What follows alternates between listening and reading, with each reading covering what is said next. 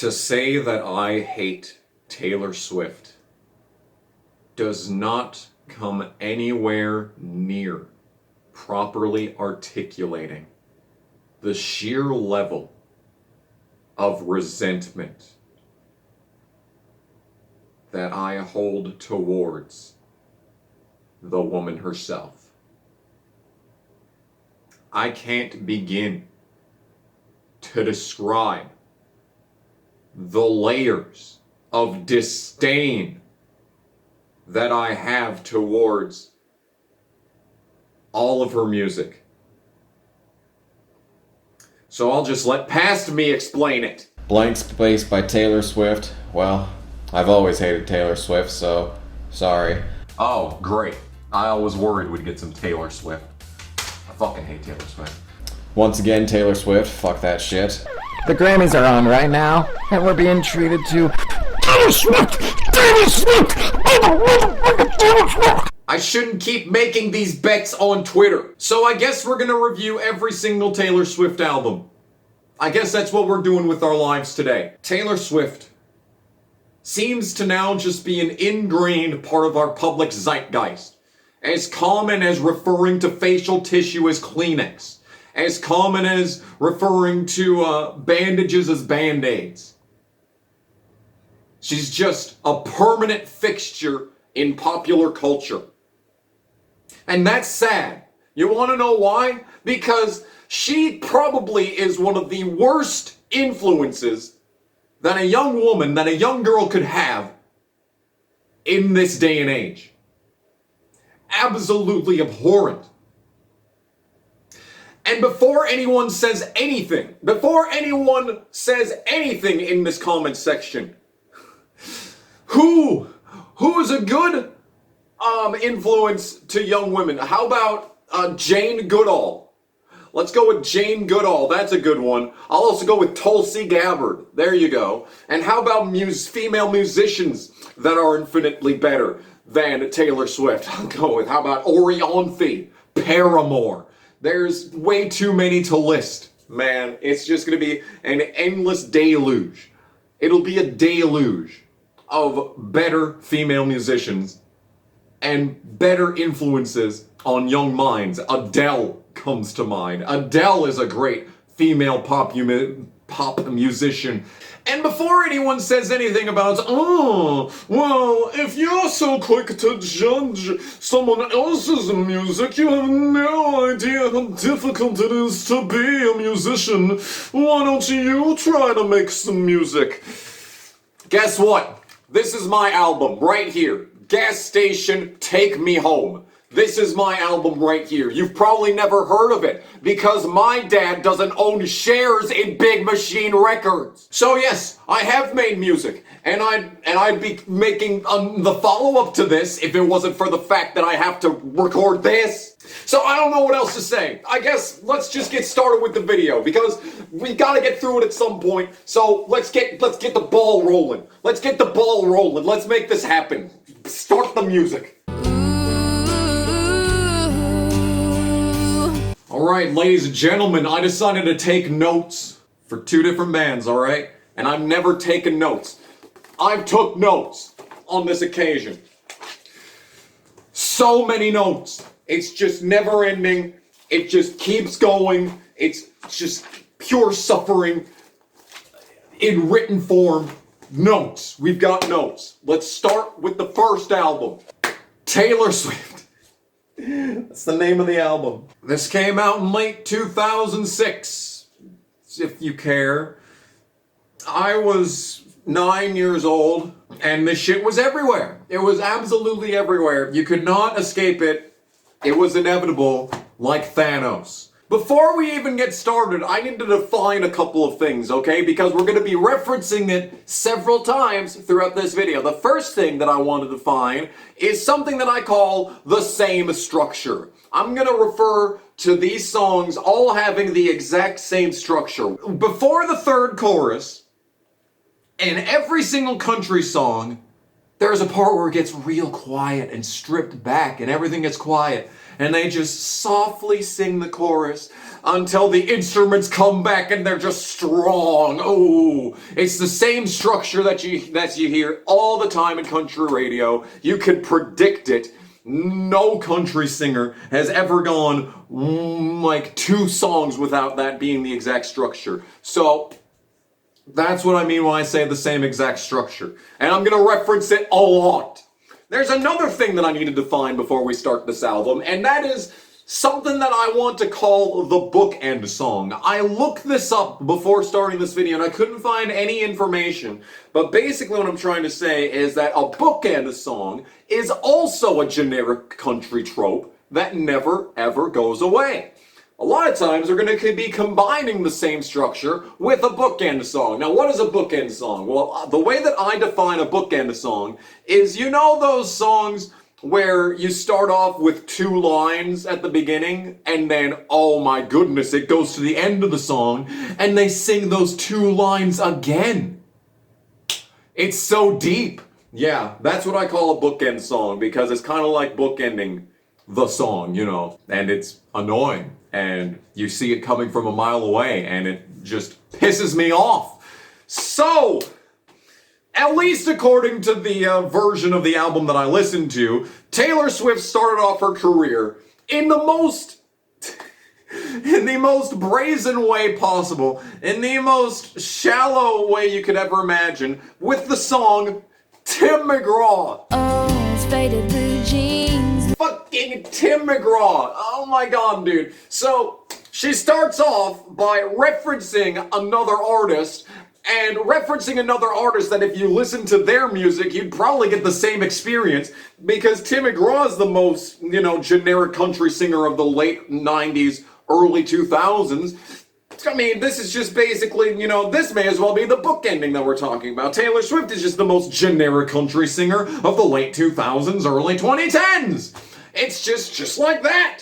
And this song is bad. If I'm supposed to think about Taylor Swift when I think about Tim McGraw, why would I even bother listening to Taylor Swift? How about I just listen to Tim McGraw? We'll get the same experience. So the lyrics are absolutely ridiculous. It's just the most mind-numbing stuff that you've ever heard in your life. Absolutely mind-numbing. It's just you could describe this for every single song on this album. Just about every song in Taylor Swift discography, at least early on, starts with faded blue jeans. There's a reference to fucking old blue jeans in all of these songs, and it's like, do you people wear anything else? I guess people in the country don't wear anything besides jeans. You know, girls wear dresses, guys wear jeans. Way to reinforce gender roles, Taylor Swift. Good stuff, just amazing. And it starts off immediately with a God reference, because of course it does. This is generic country music. You know, not going to be absolutely anything subversive going on here. It's the same structure that I talked about before. Verse, chorus, quiet part, and then it ends. Boring, stupid, and awful. Speaking of stupid and awful, the next song is Picture to Burn, which is just a lazy ripoff of Carrie Underwood's Before He Cheats. Carrie Underwood started her career round about the same time that Taylor Swift did. But you want to know what the difference is between these two? Carrie Underwood actually had to succeed at something in order to get a record deal. Now, to be honest, out of everyone on her American Idol, you know, she was going to be the one that was going to be the most successful out of her season of American Idol no matter what. Even if she lost like Chris Daughtry did. You know, does anyone remember the guy that won during Chris Daughtry's season? Wasn't his name Chris Cook? I know one song by that guy. And Chris Daughtry is still putting out platinum albums left and right. But yeah, the same thing would have happened to Carrie Underwood. She would have been successful regardless, just because of the boost that she got from American Idol. But at the same time, she had to put in way more effort to get noticed. Taylor Swift's, you know, just had a dad who decided to start a record label one day. You know, that's how it goes, you know, crazy stuff. And it's just, stupid is the word I would use to describe this. So she is absolutely the most fake redneck that you've ever heard in the history of generic country pop. She is not the underdog or edgy in any way, shape, or form. She is absolutely the establishment. And pretending to be a fake redneck, it just comes through so glaringly. She has to force that, you know, contra twang in the delivery of the vocals. It's so fake. The music video is so stupid. It's just, I'm not gonna reference music videos very often throughout this. It doesn't matter. And it's just, once again, just a complete ripoff of that song, and it's boring, and it's the same structure. The same exact structure. Oh, and I forgot to mention this, that there's a lyric change. I can't find the original version of this song anywhere. You're gay. I can't find that. I can't find that version of the song anywhere, and it's like, damn, dude. So much for being an LGBTQIA plus ally. That's what I'm trying to say here. It's what I'm trying to say here is that she's a complete fake. But it was okay to make fun of people for being gay in 2006, you know? So, you know, just saying. But it's not anymore, so you can't find that version of the song anywhere. Next on the list is Teardrops on My Guitar, which, before starting this process, was the only Taylor Swift song that I actually kinda liked. And the reason for that is because there actually was a bit of edginess to it. Because in the original version, the lyric is, I laugh 'cause it's so damn funny. It's so damn funny. Just even though it's the weakest curse word that you could ever use, it still felt a bit on the edgy side, especially when you compare it to every other song in her discography that sounds the exact same and is completely vapid and not subversive in the slightest. But that one line makes me feel like, you know, there might actually be something underneath all this. But no, I can't find that version of the song anywhere anymore. Can't find that anywhere. So, yeah, that just proves that it was completely fake all along. So stupid. It's still the laziest, most vapid writing that you've ever heard. This same song plays everywhere else. The writing is bad. Wishing on a wishing star is a bad lyric. You could have been like, it could have been like, he's the reason for the teardrops on my guitar. The only thing that keeps me praying on a wishing star, or wishing on a shooting star. Come on, wishing on a wishing star. Shut up. That's not good writing. Terrible. But I will say, the depth of the instrumentation and the dynamics are good. See, that's the thing about these same structure songs, is that when they do go down to the quiet part, you know, most of the time it's just the quiet part. But in this one, there's actual dynamics throughout the whole song. It isn't just, oh, now we gotta be quiet out of obligation for the song structure. No, this one actually has some actual good dynamics, which I think is pretty good. Which is probably why I liked it so much. And another thing, changing one line in the chorus doesn't make it deep. Changing one word in the chorus doesn't suddenly make it go, oh my goodness, I'm seeing everything from a brand new perspective. It's so crazy. It's a brand new world. Oh my goodness gracious. It's so deep. It's not deep. It's not deep at all. So these first three songs were absolutely everywhere back in 2006 and 2007, but now we get to the part of the album that I hadn't even heard yet, because it's just filler, because back in 2006 you couldn't just release singles, you had to release entire albums. So here we are with the filler. Place in This World has the most broad and all-encompassing lyrics that you could ever think of. It's like this song was written in a boardroom, designed specifically to be as appealing to the most amount of people possible. Like, anyone can read these lyrics and be like, oh yeah, I've been there. Anyone. It's not subversive in the slightest. It's not meaningful. It doesn't feel unique at all. It's just absolutely mind-numbing.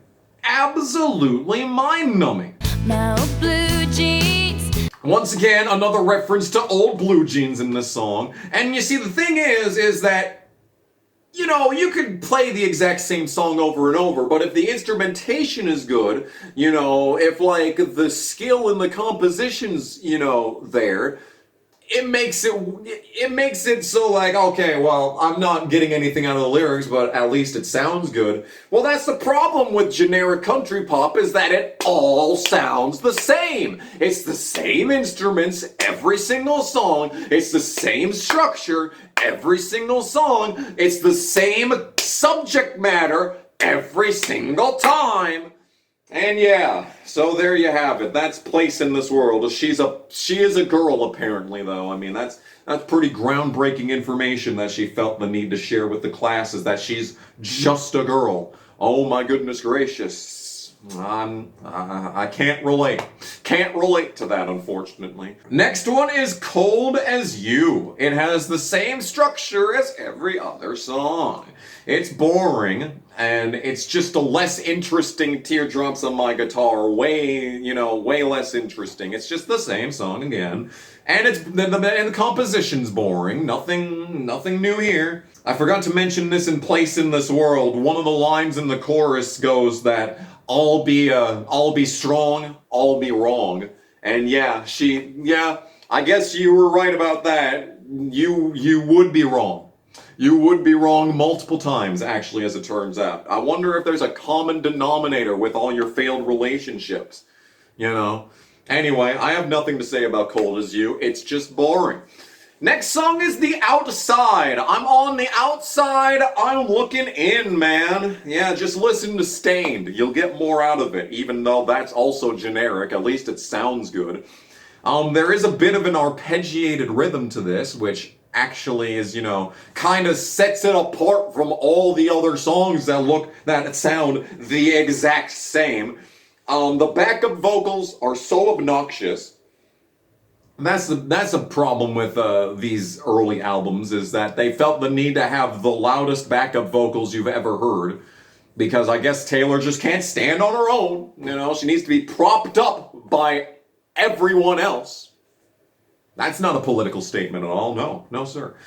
Has the same exact structure as all the other songs. Every guitar solo. You see, the thing is that there are guitar solos and like violin solos and shit like that throughout these songs. But it's not because it adds artistic value to it. It's done entirely out of obligation for the generic country pop sound. It doesn't add anything. It's just there. Because, oh, this is country pop, we need to fiddle along here for a little while. There's nothing artistic about it at all. If anything, it's more annoying. If they just cut it out entirely, the songs would end faster and we can move on with our lives. But I will say, I'm pretty sure this is the shortest Taylor Swift album, and none of the songs go over 4.5 minutes. And I will say that even though they all sound the same, at least they don't overstay their welcome. Unlike future albums. Nothing to say. Next song is Tied Together with a Smile. I ain't smiled this entire video yet, and I don't plan to, by the way. I am so bored at this point. At this point, like literally, I'm just saying so boring. So boring. That's it. This song has a really annoying part where she goes, ooh. It's really bad. It's really bad. This is somehow the longest song on the album, and you feel it the whole way. You feel it the whole way through. It's just dragging its feet the entire way through the song. It's empty and vapid, and nothing happens. Yeah. I'm losing my mind listening to this album. My IQ is actively lowering as I'm listening to this nonsense. So bad. Next song is Stay Beautiful. Man, oh man, we are in the thick of the B-side. It's still boring. The song's story is just as vapid as Taylor Swift's personality. It's got the same structure as all the other songs, and it's boring. And I do appreciate how she specifically references her exes by name, so that we can, continue to keep count at home. Just keeping score. Keeping score at home. We need a statistician to keep up with all these failed relationships. Next song is Should Have Said No. I hate this song. I hate this song. It is the most interesting song that we've had ever since the hits, ever since Teardrops on My Guitar. There's actually stuff going on here. It's the same boring pop structure, but the sound is slightly different. There's a bit more depth to the sound, and actually, I think the guitar tones are pretty good. There is a level of aggression. There is a level of aggression in this. It feels like they paid a little bit more attention to the actual, to this song. It actually felt like they put just a wee bit more effort into this song. It's less boring, but it's still boring. It's still the same song structure as always. It's still the quiet part. Oh, and then it's loud again. When this song was new, like my mom was hanging out with like her cousin or something, and we were like standing outside of a restaurant, and this song was playing, and my mom's cousin went, "Oh my god, I hate this song." And I kind of sat back like, wow, that's brutal. Cause when I was little, I didn't really have any strong opinions. I didn't really hate any music when I was 9 years old. But I sat back and I was like, wow, I've never heard of someone hating a song. I should have listened. I should have listened to this woman. She knew what she was talking about, but my mom hated that lady, so I didn't listen. I took my mom's side. Can you believe that? Anyway, next song is called Mary's Song. So, Ultimate 23 Dragon, I guess this is your song. I'm sorry. I'm very sorry to let you know that. Guess what? It's the same structure as everything else. I hate this. I hate it. I hate it so much. It's got that, like a middle-aged mom kind of feel to it. It's like this song was obviously written by like some 50-year-old lady that worked for Big Machine Records. It's so obvious. Every single one of these songs, I don't bother looking up the lyrics. I just scroll down to the comment section to find someone who copy-pasted the lyrics into it, because that's what I was doing. This is what I do. Like you can see right here. This is what I do. This is what I'm doing. So before starting this video, I listened to all of these albums 2 times, and I took all these notes. And now, before I talk about the album, I listen to it one more time so that it's fresh on my mind. And it doesn't. And you may be wondering, like, wow, he sure doesn't go into detail for most of these songs. Yeah, because they all sound the same, so it's difficult. It's difficult to go into detail into individual songs because they all sound the same. Anyway, but scrolling through this comment section on this song, everyone keeps bringing up Travis Kelce, who is the latest victim of Taylor Swift, and will probably have multiple songs written about him in the future when they break up inevitably after next year, when maybe the Chiefs will actually fail to win a fucking Super Bowl at some point. Wouldn't that be nice? Anyway, yeah, everyone in the comments section keeps referencing Travis Kelce because his number is 87 or 89. I don't remember because I don't care. But they keep referencing fucking Travis Kelce because because of the numbers in this song. It's annoying and stupid, and I hate it. But the depth of sound in this song, in Mary's Song, is pretty good, actually. There's an actual depth of sound there. You could hear more than one instrument. The bass line in this, the sound, the strength in the bass, actually pretty good. And it's a mercifully short song. Just like everything on here is mercifully short. Nothing overstays its welcome. That's the biggest part about this, is that when there's a bad song, it's just like, oh, okay, well, it'll be over in a couple of minutes. It'll be fine. But like in other albums, in future albums, that's not the case. So anyway, yeah, Mary's Song is boring. The lyrics are mind-numbing. And it was probably written by some 55-year-old divorcee. So that's cool. That's a fun fact right there. Anyway, next up is our song. Oh, this song is so annoying. This one got big like after the album came out, and it was probably like a late single or something. It's probably the most annoying song on the album. The structure is the same, but it's got the most annoying instrumentation in the entire album. And we finally have another God reference. That took a while. Yeah, it sounds like every other song, except somehow more annoying than usual. And the lyrics are so bad. So, our song is a slamming screen door, sneaking out late, tapping on your window. When we're on the phone and you talk real slow, 'cause it's late and your mama don't know. What? Why would you talk slow when it's late? Wouldn't you talk quiet? Why would you talk slowly when it's late? Wouldn't you want to talk quietly? It doesn't make sense. It doesn't make sense. It doesn't make sense. So yeah, my brain is bleeding. I hate the song. Kill me. Next. Now, the next song is I'm Only Me When I'm With You. And when it started playing, I'm dying actively because I was listening to our song, and then it switches to the next one, and I hear this pop punk bass line, and I'm just like, wait a minute. Wait a minute. We are on the right playlist, right? This song is something different. What? Wait a minute, what? Yeah, it's not different in that it's still a vapid fake country song with the same exact structure that everyone else that we've listened to has. But you see, the thing is that this song's got a pop punk bass line and it's loud. This song is really loud and has a lot of energy.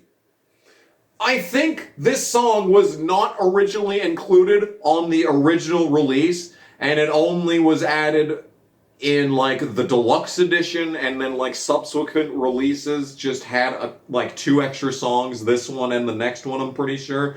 I don't know how this shit works. According to AllMusic, the original release of this doesn't have these 2 songs that we're about to discuss. Just the fact that it has a pop punk bass line and kind of has a bit more energy, just like this is the most interesting song on this album. I did not actively hate this song. Okay? For the rest of this fucking review, I'm gonna be sitting here wishing that I was dead. Wishing that I was dead instead of listening to this. It's the same structure. It's the same structure and the lyrics are utterly vapid. However, this is what I was talking about earlier, when you can have the same song over and over and over, but if it sounds unique, I'll give it the benefit of the doubt, you know? And this is one of those times. It's still a vapid country song, but it doesn't sound like a vapid country song. There's something else here. This is the least bad song on this album. I'm Only Me When I'm With You. It's not just, oh, I'm sad, I'm sad. That's boring. There's energy. Now, speaking of, I'm sad, Invisible is the next song. I remember this song. I remember listening to this when this album came out. It's completely hollow. Nothing happens. It's got a boring composition. You know, we're back to the same Z garbage. We're back to the same Z. It's just sounding like every other song on the album. There's nothing going on instrumentally. It's the same, I changed one line in the chorus so it's deep. No, it's not. It's not deep. It's the same structure. It's boring. It's hollow. The lyrics are absolutely nothing. There's nothing going on here. The same cannot be said for the previous song. I spent like 5 minutes talking about I'm Only Me When I'm With You, and now we're just back to the same ass shit again. I hate this. I wish I was dead. Final song on the album is called A Perfectly Good Heart. And it just sounds the exact same as Place in This World. It sounds the same as Tied Together with a Smile. It's just the same song again, but with different lyrics. I'm actually dead is a sentence that I wrote here. This is actually, I will say, this song is different in that this is the only song on the album where it starts with the chorus and then goes to a verse. So on this occasion, it's chorus, verse, chorus, verse, instead of verse, chorus, verse, chorus. Wow. So deep. I hate this so much. This album sucks. Every song sounds the same except for one. This is just generic radio filler garbage.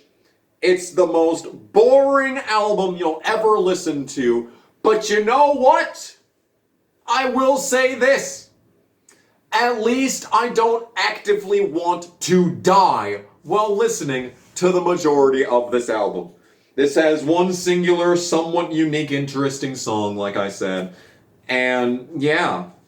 But it does have the charm of being Taylor's first album. It does have that charm. Like, you can excuse some of the growing pains.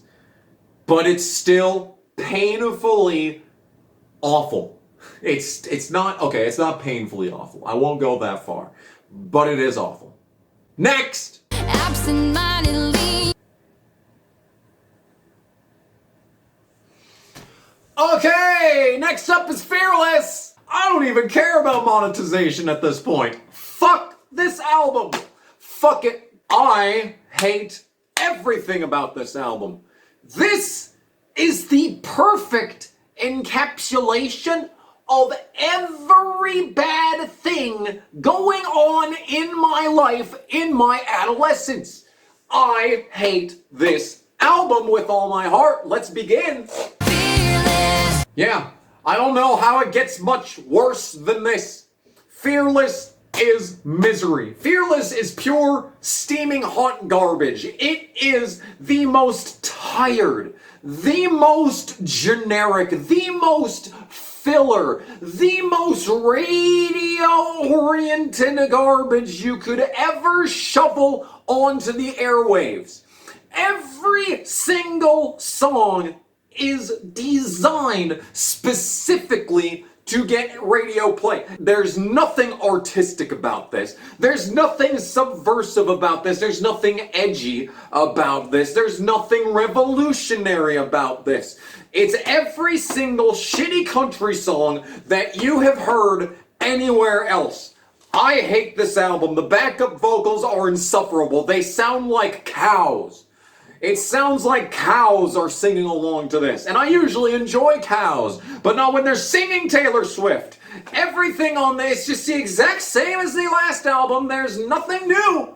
There's nothing new. You're going to get nothing new out of this. It's just more polished for the radio. That's all it is. It's just the last album again, except more overproduction, more generic, broad, all-encompassing lyrics that anyone can relate to. It's vapid. The composition is boring. It doesn't even sound interesting. It sounds like every other country song you've ever heard.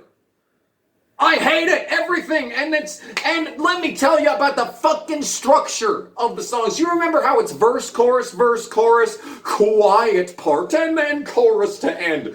That's every song on this album. Every single one of them. Go through every single song on this album and tell me I'm wrong. Every single song is that exact same structure. You know how every song is gonna go. You know every beat, and the lyrics are so generic you can write it, you can sing along with it before you've even heard it. Fuck this album. Next song. 15, man. When someone tells you they love you, you're gonna believe them. I was in love when I was 15. That was a thing. You know something? 15-year-olds have bad judgment. This is not breaking news. 15-year-olds have bad judgment. This is some revolutionary stuff right here. Wow, no one has ever said that before. No one's ever come to this conclusion. Yeah, I guess I've never been a 15-year-old girl. So I guess I don't know if the story's true. I guess I can't say for sure, but what I can say is that this is absolutely shallow, so utterly and mind-numbingly vapid, and the structure is the exact same, don't forget about that. Next! The next song is a love story. Fuck this fucking song. Fuck it to hell. Fuck everything about this song. Awful. Absolutely horrendous. The laziest song ever written. You want to talk about lazy? How about a Romeo and Juliet story? Oh my goodness gracious. Wow, no one's ever done that before. Not a soul. Not a soul on this planet. And you know what? It's actually a great analogy. Because at the end of Romeo and Juliet, they kill themselves. Which is what I want to do whilst listening to this song. Awful. I hate everything about this song. It's the exact same fucking structure as always. Same structure as always. You're not getting anything new. No brand new ideas coming out of here. It's the same shit as always. And, I mean, okay, so the composition and the dynamics are the best out of any Taylor Swift song thus far, and I will say that the composition, it's at least interesting to listen to. There is, there's other stuff to notice. It's the most generic, the most generic instrumental you'll ever hear, but there is stuff going on in the background, and the dynamics, the quiet part hits early, and there's actually a tempo change in the middle of the song. And there's also a key change. So there's a lot, compositionally and acoustically, there is stuff going on here. But unfortunately, it's absolutely vapid. It's horribly written, stupid, and dumb, and the worst fucking story you've ever heard. It's the same fucking structure, over and over. I hate this fucking album so much, and I fucking hate this song too. Do you want to know what was going on when this shit was coming out? You want to know what was going on in my life? I had a stepsister who fucking was a Swiftie before Swifties even existed, so she was worshipping the fucking ground that Taylor Swift walked on. Well, I'm just sitting back here like, it's not that good. It's not that good. And you know what else? I had a 2-year-old half-sister who was just coming into her own and decided that her favorite fucking musician was gonna be Taylor Swift. So for whatever absolute fucking reason, my mom decided that that's what we were gonna play in the car. Every single car ride, every single morning going to school, it's gonna be Taylor Swift. Every single day coming back from school, it's gonna be Taylor Swift. Every single trip that we went on, it's Taylor Swift. Every single waking moment of the fucking day, it's gonna be Taylor Swift. That's what that was. That was what my life was back in 2008 and 2009. That's all I had to deal with was this fucking goddamn song and another one that's coming up soon. Just be patient. This fucking shit was the most insufferable thing that I had to put up with as a fucking 12-year-old. Fucking goddamn garbage. I hate this album. Next. Hey, Steven. I hate this song after the first line. Hey, Steven, I know looks can be deceiving. All right, that's where we're going. That's what we're doing. That's how it's going. This is what we're going. This is our lives now. This is our lives on Taylor Swift country fucking music. I'm so sick of this. It's the same structure, same exact fucking structure again. The same song. We've listened to the same song 4 times in a row at this point. I hope you realize that. Absolutely nothing is going on in this goddamn fucking vapid pile of shit album. I literally write right here, I wish I was dead. Yeah. Oh, and there's another lyric about how the other girls write a song? They probably can, but they're never gonna get noticed because their fucking dad doesn't work on fucking Big Machine Records. Anyway, next song is White Horse. It's a white horse. It has to be a white horse. The racism is real. My goodness gracious. Guess what? It's the same fucking song again! It's boring. No one cares. It's the exact same structure that we've had for literally the entire album thus far. Why does it, what does it have to do with the fucking white horse? What, is this an analogy that I don't understand? Is this a reference to something? Are we still in the age of fucking Romeo and Juliet? Do I need to go back and take sophomore English to understand these references? Because this shit is locked into the fucking, it's locked into the high school mentality. You'll notice as the years go on, Taylor Swift never aged a day past 16 with her fucking songwriting and the fucking subject matter in this music. I hate everything about this. What else does this song have to do? It's the same structure, composition is boring, nothing happens, not deep, fuck off. Literally, I write fuck off right there. And the next song. The next song. You belong with me. Fuck off. Absolutely fucking despise the very existence of the sound waves that create this vapid pile of a shit fucking song. I cannot stress how much I hate this. This is the bottom of the barrel worst song, possibly one of the top 50 worst songs ever composed by humans. I was literally nauseous when I heard the fucking first the first fucking beats, the first couple of bars, when it started playing the first time when I was at work listening to fucking Taylor Swift instead of actually doing work when I started this fucking project, and those fucking first bars hit, I actually felt a twinge in my throat. It felt like there was bile trying to escape my fucking soul. This song fucking sucks. It's the same exact structure. Once again, it's the same fucking song. The lyrics are awful. She references worn out fucking jeans again. Endless. I literally wrote, I want to light myself on fire. It's absolutely pop trash. You listen to the fucking beat, it's clearly pop. It's not a country song. This is demonstrably a pop song, thinly disguised as country. And you want to know what pisses me off the most about this, besides the fact that this song haunted me for about 3 years of my fucking life when I had to fucking ride with my fucking mom to and from school every single day, and this was the only fucking song that would be playing on the car. You want to know what I discovered?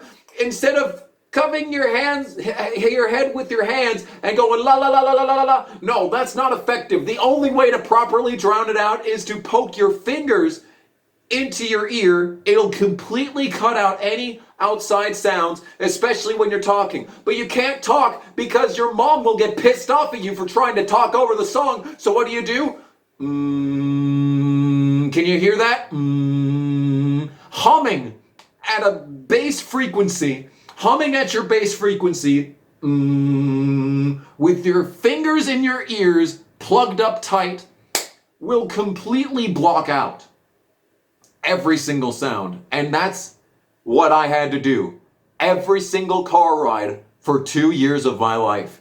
I did that. That's what I did. Fuck this fucking goddamn song. You want to know what else? You want to know why else this song sucks? Because it's basically the exact same fucking song as Girl Next Door by Saving Jane. It's the same fucking song. It's the exact same song, like literally like beat for beat, almost word for word. It's the exact same song, and that song came out 2 years before this one. So yeah, basically on that one. Yeah, and then I haven't even mentioned this one yet. You want to know? Okay, so maybe the car ride to and from school was awful, but maybe going to school wasn't so bad. Maybe I was safe from Taylor Swift there. Nope, I wasn't safe from Taylor Swift there. I wasn't safe from having problems there. You want to know something? My best friend from first grade all the way to third grade hated me during the time that this song was big. It's because I moved away in third grade, and I moved away at a time when he needed a friend the most, and then he had no friends. He explained this to me a couple of years ago, actually, after high school, as a matter of fact. And so when I got back, we moved back a year and a half later, and I thought, oh my goodness, we can just get back to where we left off. Nope, he hated me.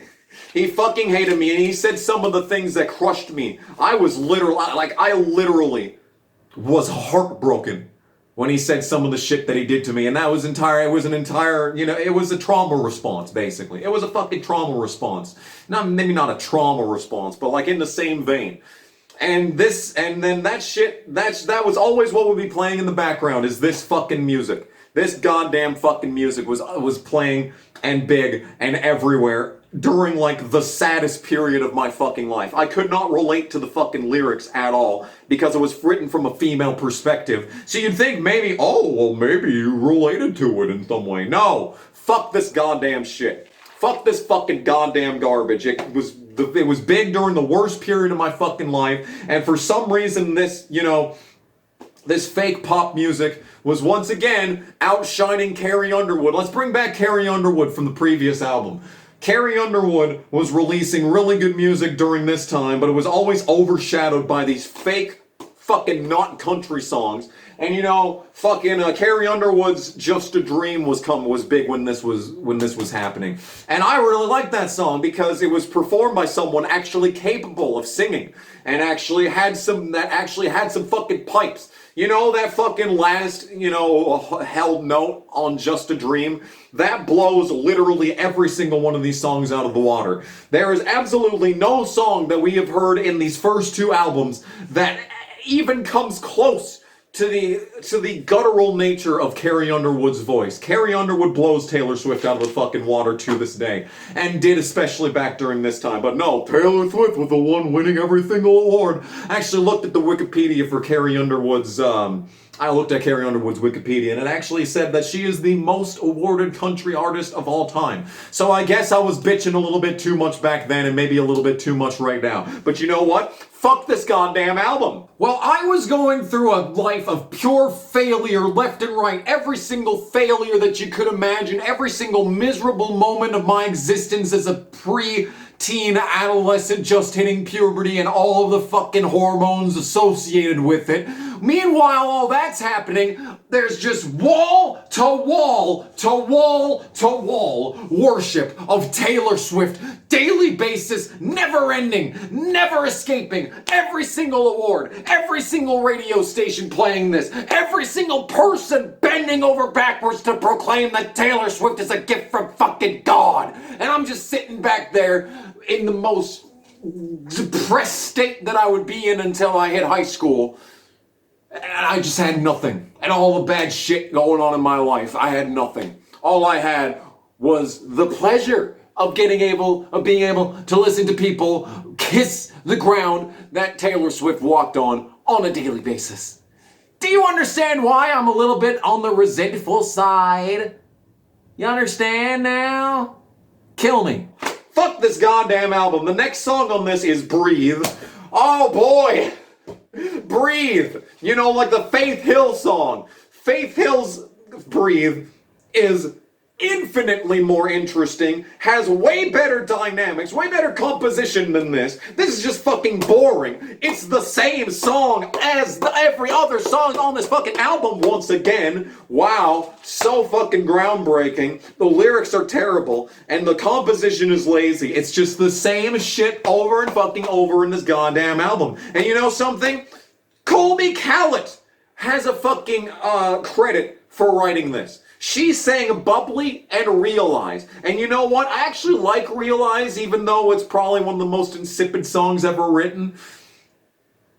You can tell that Colby had her fucking hand on this because she wrote Realize. And it sounds very similar in that vein. It's boring though. I hate this fucking album so much. The next song is called Tell Me Why. It ain't nothing but a heartache. See, every single song on here is just me thinking of what I'd rather be listening to than putting up with this fucking garbage. Guess what? Same exact song structure again. It's boring and stupid. But like the subject matter of the song is interesting. Did she actually get beat? I think this song is about John Mayer, who we will talk about in the next album. Did she get beat? I don't know. I'd beat my girlfriend too if she was writing shit this awful. I'm sorry. That's a joke. Mostly. Next song, You're Not Sorry. It's the same shit fucking again. Except interestingly, this song following the previous one, because you know, I care about album structure. That's why I'm such a big fan of Tears for Fears, is that they fucking structure their albums very well. And if you listen to shit from like the 90s, you can tell like there was actual like thought that was being put into where songs are placed on an album. Like it kind of tells a story within the story. And this is the only fucking time that this is applicable in Taylor Swift's entire career. This song following the previous song, you know, makes it feel like a direct, like, sequel to it. So, that's interesting. It makes me fucking think, makes me actually use my fucking brain, but every other goddamn song on this album, you just turn your brain off and hope the pain ends at some point. Composition works, the dynamics, there's actual dynamics for the first time since fucking Love Story.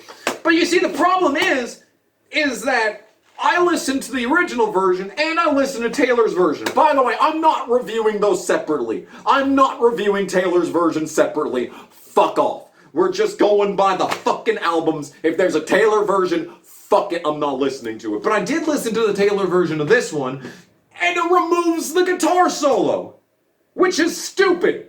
Mind-numbingly stupid. That's the best part of the fucking song. The entire song is building up to it. Even though it's boring, basic bitch scales, it's still a fucking good solo. That makes sense. It's a passable solo that makes, you know, like, it's an emotional crescendo for the song building all the way up to it. And then the Taylor's version just fucking takes it out, and then it's just fucking nothing.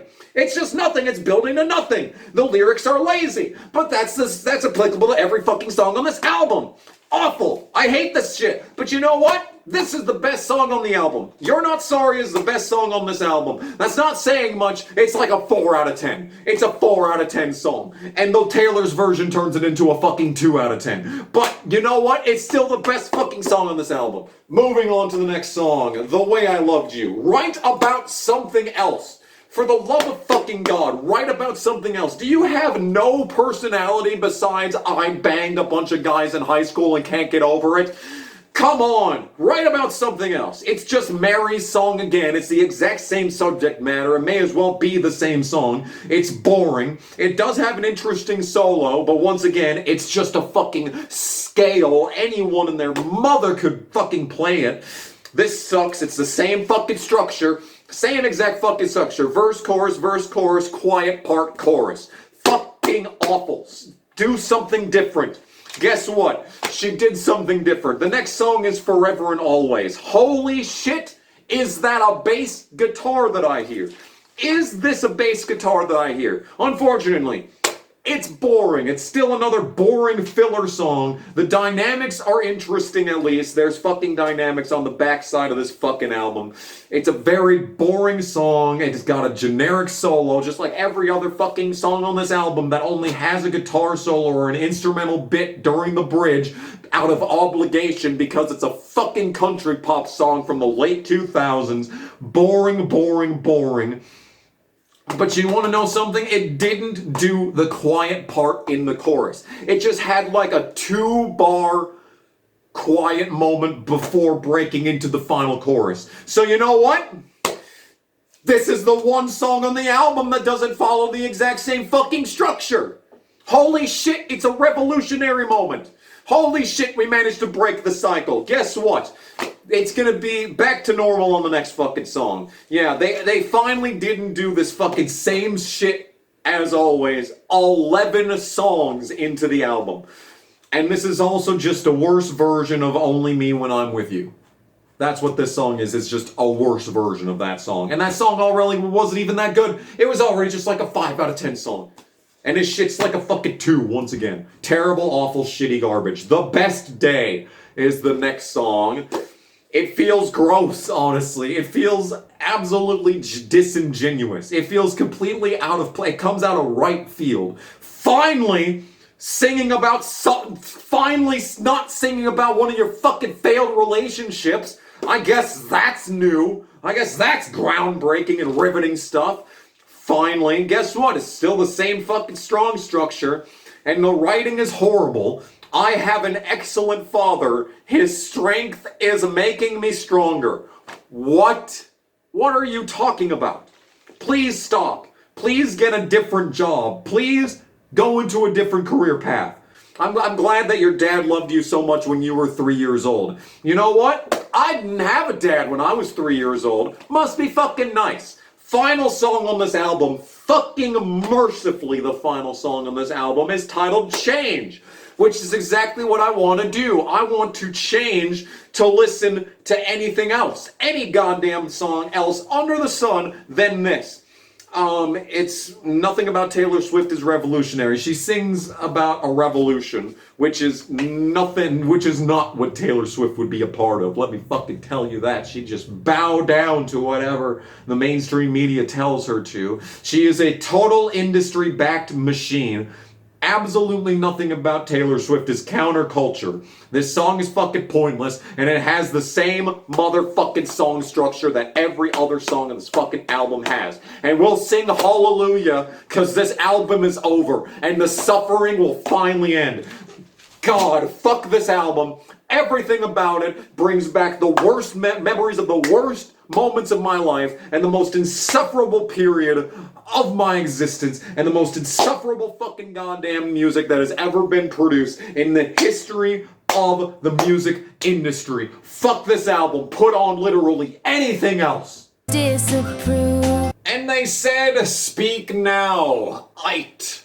Bet. Let's speak. As you can see, it is a new day. This is the second day of recording. I've changed clothing for the second day of recording, and we're also nearly an hour into this video, and we are on album number 3 of 10 that we will be discussing. So I'm gonna try and speed up this process and not spend a whole shit ton of time on these albums so that this video is not 5 hours long. The first song on Speak Now is Mine. I thought that this was on Fearless because it sounds exactly like every song on Fearless. It really is the same shit. Stupid! And changing a perspective in the third chorus doesn't make it deep. Unfortunately, this is the exact same song, again, that we have heard from the entire previous album. No changes. No changes.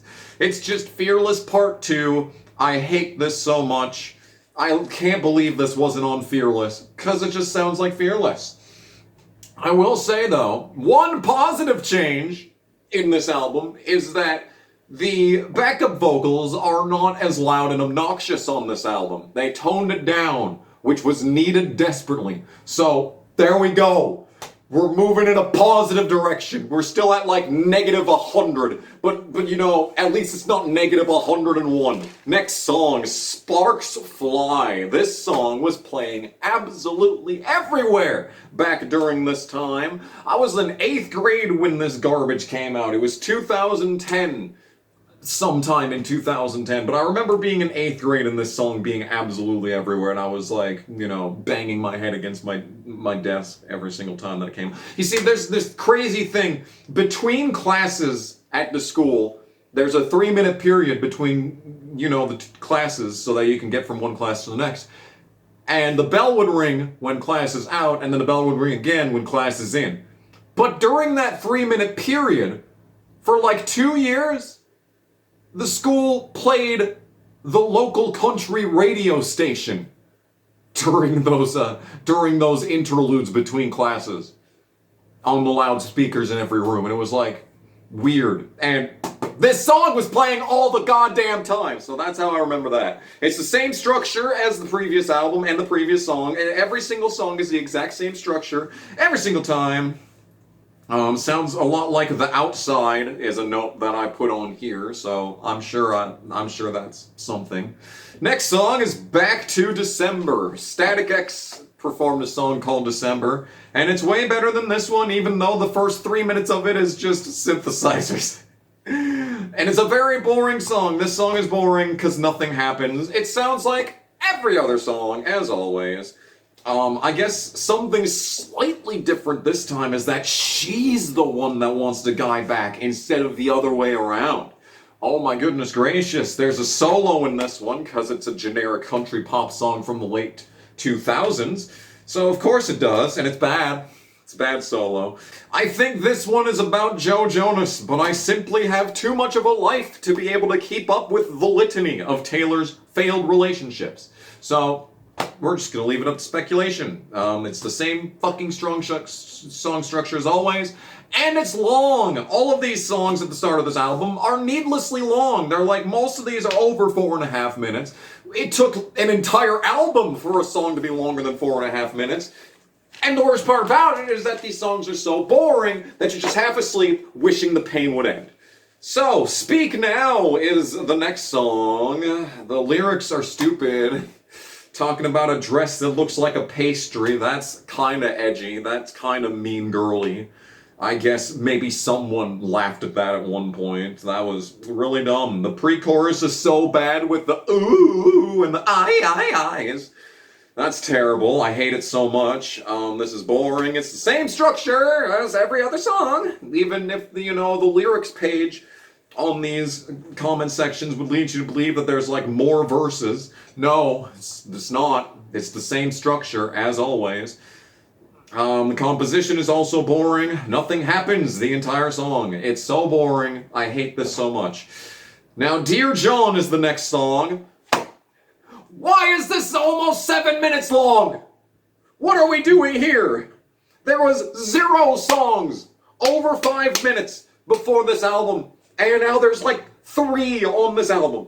And the worst part about it is that she doesn't change anything up for this song that's almost 7 minutes long. She doesn't change anything. It's the exact same song structure.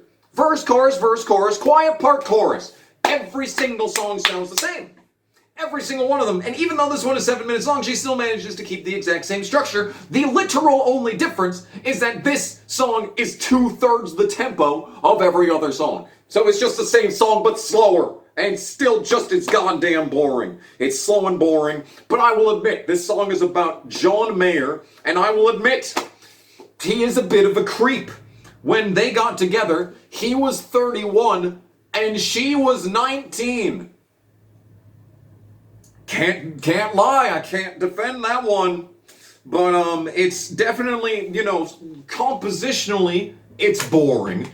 There's no dynamics. It's just a slow, boring, trudging song about absolutely nothing. It needed a string section. It needed dynamics. It was the only dynamics, once again, is the stupid third chorus bullshit. Taylor's voice isn't interesting enough to carry this. She doesn't do anything over the course of the entire song. It doesn't feel like a tavern, tragedy song where, like there's actual emotion going on. Like, you think this is one of the most emotionally driven songs that she's ever made, and yet you don't feel anything in the vocal delivery. It's so boring. I hate this. This album is awful. How many songs are on this bullshit? We're like at song number 5, and we're 25 minutes into this shit. How much longer is this nonsense? Well, don't worry. Don't worry. The next song is mean garbage. Oh, this is the most insufferable song on this entire album. Everything about it pisses me off. It's so stupid. The composition is painfully boring. It's so tired. It sounds like any other song written by a female country group from the late 90s to the early 2000s. It's just such a retread of all that. It's so boring. It's the composition is boring. The song is literally designed to make you dance, and it's just so stupid. I have never said that Taylor is bad at singing, but she is mid. She's a mid-music vocalist. There's nothing special at all about her delivery on any of these songs. It's completely serviceable. Her voice serves the purpose that it needs to. It doesn't detract, I guess, from the music, but it doesn't add anything. Once again, Carrie Underwood blows her out of the water absolutely everywhere. This is terrible. I guess this song is about Kanye West according to the comment section, and I don't care. Kanye West storming the VMA Awards stage, that was one of the most iconic moments of like the entire 2000s, man. Absolutely perfect. Absolutely perfect. I mean, I did not care. I was not a fan of rap at all back when I was little because I lived in the middle of North Dakota and hadn't met a single person of color in my entire life. Anyway, so I didn't care about rap and I didn't enjoy it. But when Kanye did that, I was like, I like that guy. And I have always liked Kanye. I don't care if he hates Jews. He's funny. and his music is also serviceable. Kanye is one of the best producers to ever live. It's just unfortunate that he has some very cringe lines, and he's got a weird voice. He's got a very, grating voice. I can listen to like one or two songs by Kanye West before it's like, okay, I need to listen to something else. Why are we talking about Kanye? This is not about Kanye. Next song is Story of Us. Holy shit, is this going to be a pop-punk song from the opening bars? No, it's not. It's a complete ruse. It's just another boring country pop song with nothing going on. It's garbage, same nothing solos like always. The song ending abruptly is interesting. I'm trying, man. I'm trying to find anything positive out of this. The first song that ever just ends like, boom, song is over. Every other song has some sort of lazy, boring instrumental outro. This one just ends. It's something different. Can't say that very often when it comes to Taylor Swift. Next page. And next song. What's next? Never Grow Up. Ugh. Boring! It's not about a failed relationship. Finally, the first song of this entire album to not be about a failed relationship. Unfortunately, it is painfully boring and horribly written, not deep in the slightest, and it is stupid and fake. The perspective keeps constantly changing. First, it's about, the opening verse is about Taylor talking about a child, or like talking about a child, and then the next verse is talking about her being the child and never wanting to grow. It's just insufferable. It's just, the perspective is constantly changing, and there's very little direction from that. Strings and horns would have helped. The composition, once again, absolutely nothing is going on here. You'd think that a heartfelt ballad like this would have some sort of string section or deep bass or something going on. No, it's the same exact composition that every other song has. It's boring, and I hate it.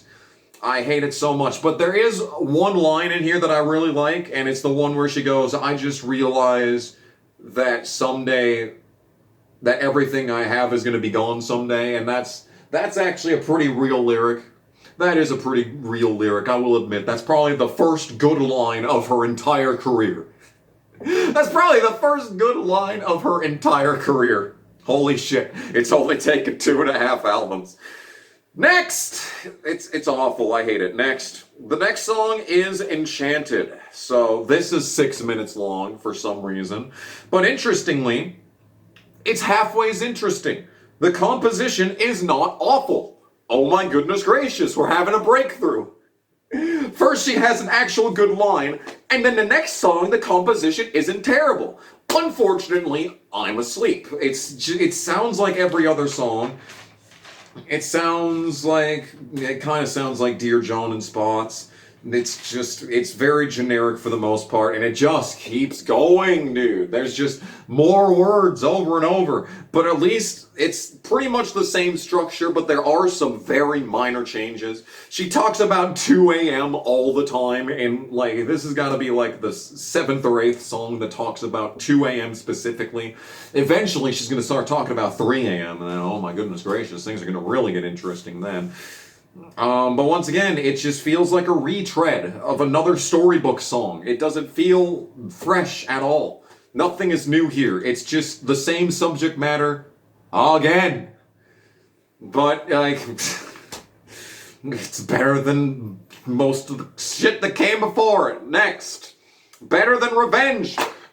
Oh, it's actual pop punk. Yo, it's something different.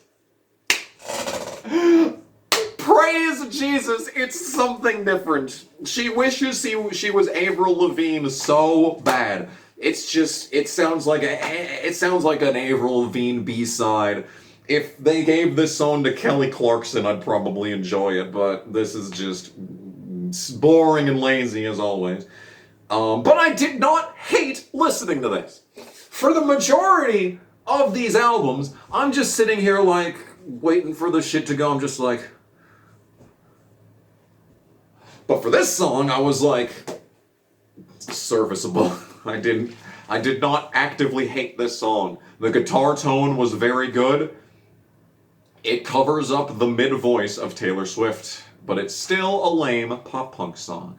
Next is Innocent. Boring, boring, boring. Please stop doing these boring songs. It's 5 minutes long, of course.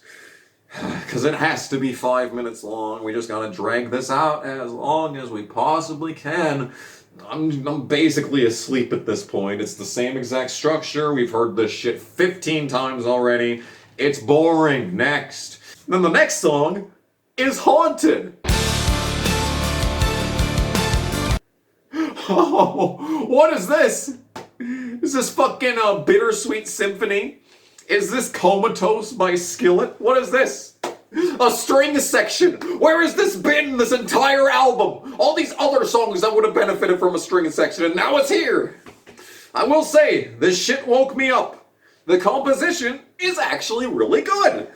There's depth of sound in this song. Stuff is actually happening, and the song is only 4 minutes long. It's only 4 minutes long, and there's so much going on. There's dynamics. There's fucking dynamics. It's still the exact same boring song structure that we've had in every other song that Taylor Swift has ever fucking produced. But it sounds different enough for me to look past that, and it feels fresh. Because it's completely different. You haven't heard anything like this, acoustically, from Taylor Swift, ever! I don't hate this! The strings were great! It was a great addition. Very good. Very good. I did not actively hate this. This would have been like really good filler if an actual band had performed it. Very good. I'll give it up. It was actually half decent. And then the next song is Last Kiss, and it's back to the same fucking shit. It's back to the same shit. It's boring. It's just like Innocent. It's boring. Nothing happens. It's just like Dear John. It's boring. Nothing happens. The composition is non-existent. Nothing's happening this entire song. By the way, it's 6 fucking minutes long. This song is so boring that at this point I was just reading the AllMusic review for this album, and it is the most pretentious and disingenuous garbage that you've ever read in your life. Take a listen to this. Swift's gift is that she sets the troubled mind of an awkward age in stone. She writes from the perspective of the moment, yet has the skill of a songwriter beyond her years, articulating contradictions and confessions with keen detail and strong melody. Tellingly, underneath all her girlishness, there's a steely strength. She walks away proudly from breakups and never dwells on mistakes. Motherfucker, what? Never dwells on mistakes. Last Kiss dwells on the mistakes. Better Than Revenge dwells on the mistakes. Fucking A Story of Us. Dear John. It's the entire album is her dwelling on her mistakes. I hate this so much. This is the worst. Just final song on the album is Long Live. 5 minutes long! It's more storybook bullshit. How old is this woman? How old is she? How old is she? And she brings up ripped up fucking jeans again! Ripped up jeans. Talk about something else! Get a different lyric! Come on, man! Oh, by the way, it's the same exact fucking song structure as always. Composition's boring, nothing happens, but I do appreciate how the album just ends. At the end of the song, it just ends. It doesn't even end on an instrumental, it just ends. Like, finally, this shit is over. God, and this album is an hour and 7 minutes long. 67 minutes. This does not include the expanded edition bonus tracks. Yeah, because of course there's an expanded edition. It wasn't fucking bloated enough already. Nothing happens for 90% of this goddamn album. It's long and boring and tired. Thinly veiled pop music. The veil is getting stretched pretty thin though at this point. So yeah, the transition is clearly starting at this point. The transition is pretty obvious. I hate everything about this album. It is so bad. But I'm telling you right now, it's not worse than Fearless. So, you got that going for you. Next! The next album is Red. Red came out in 2012. Let's talk about it. First song on this album is State of Grace. Actually, this isn't terrible. I mean, it's boring and the lyrics are the worst that they've ever been, but it sounds slightly different. The sound is slightly different.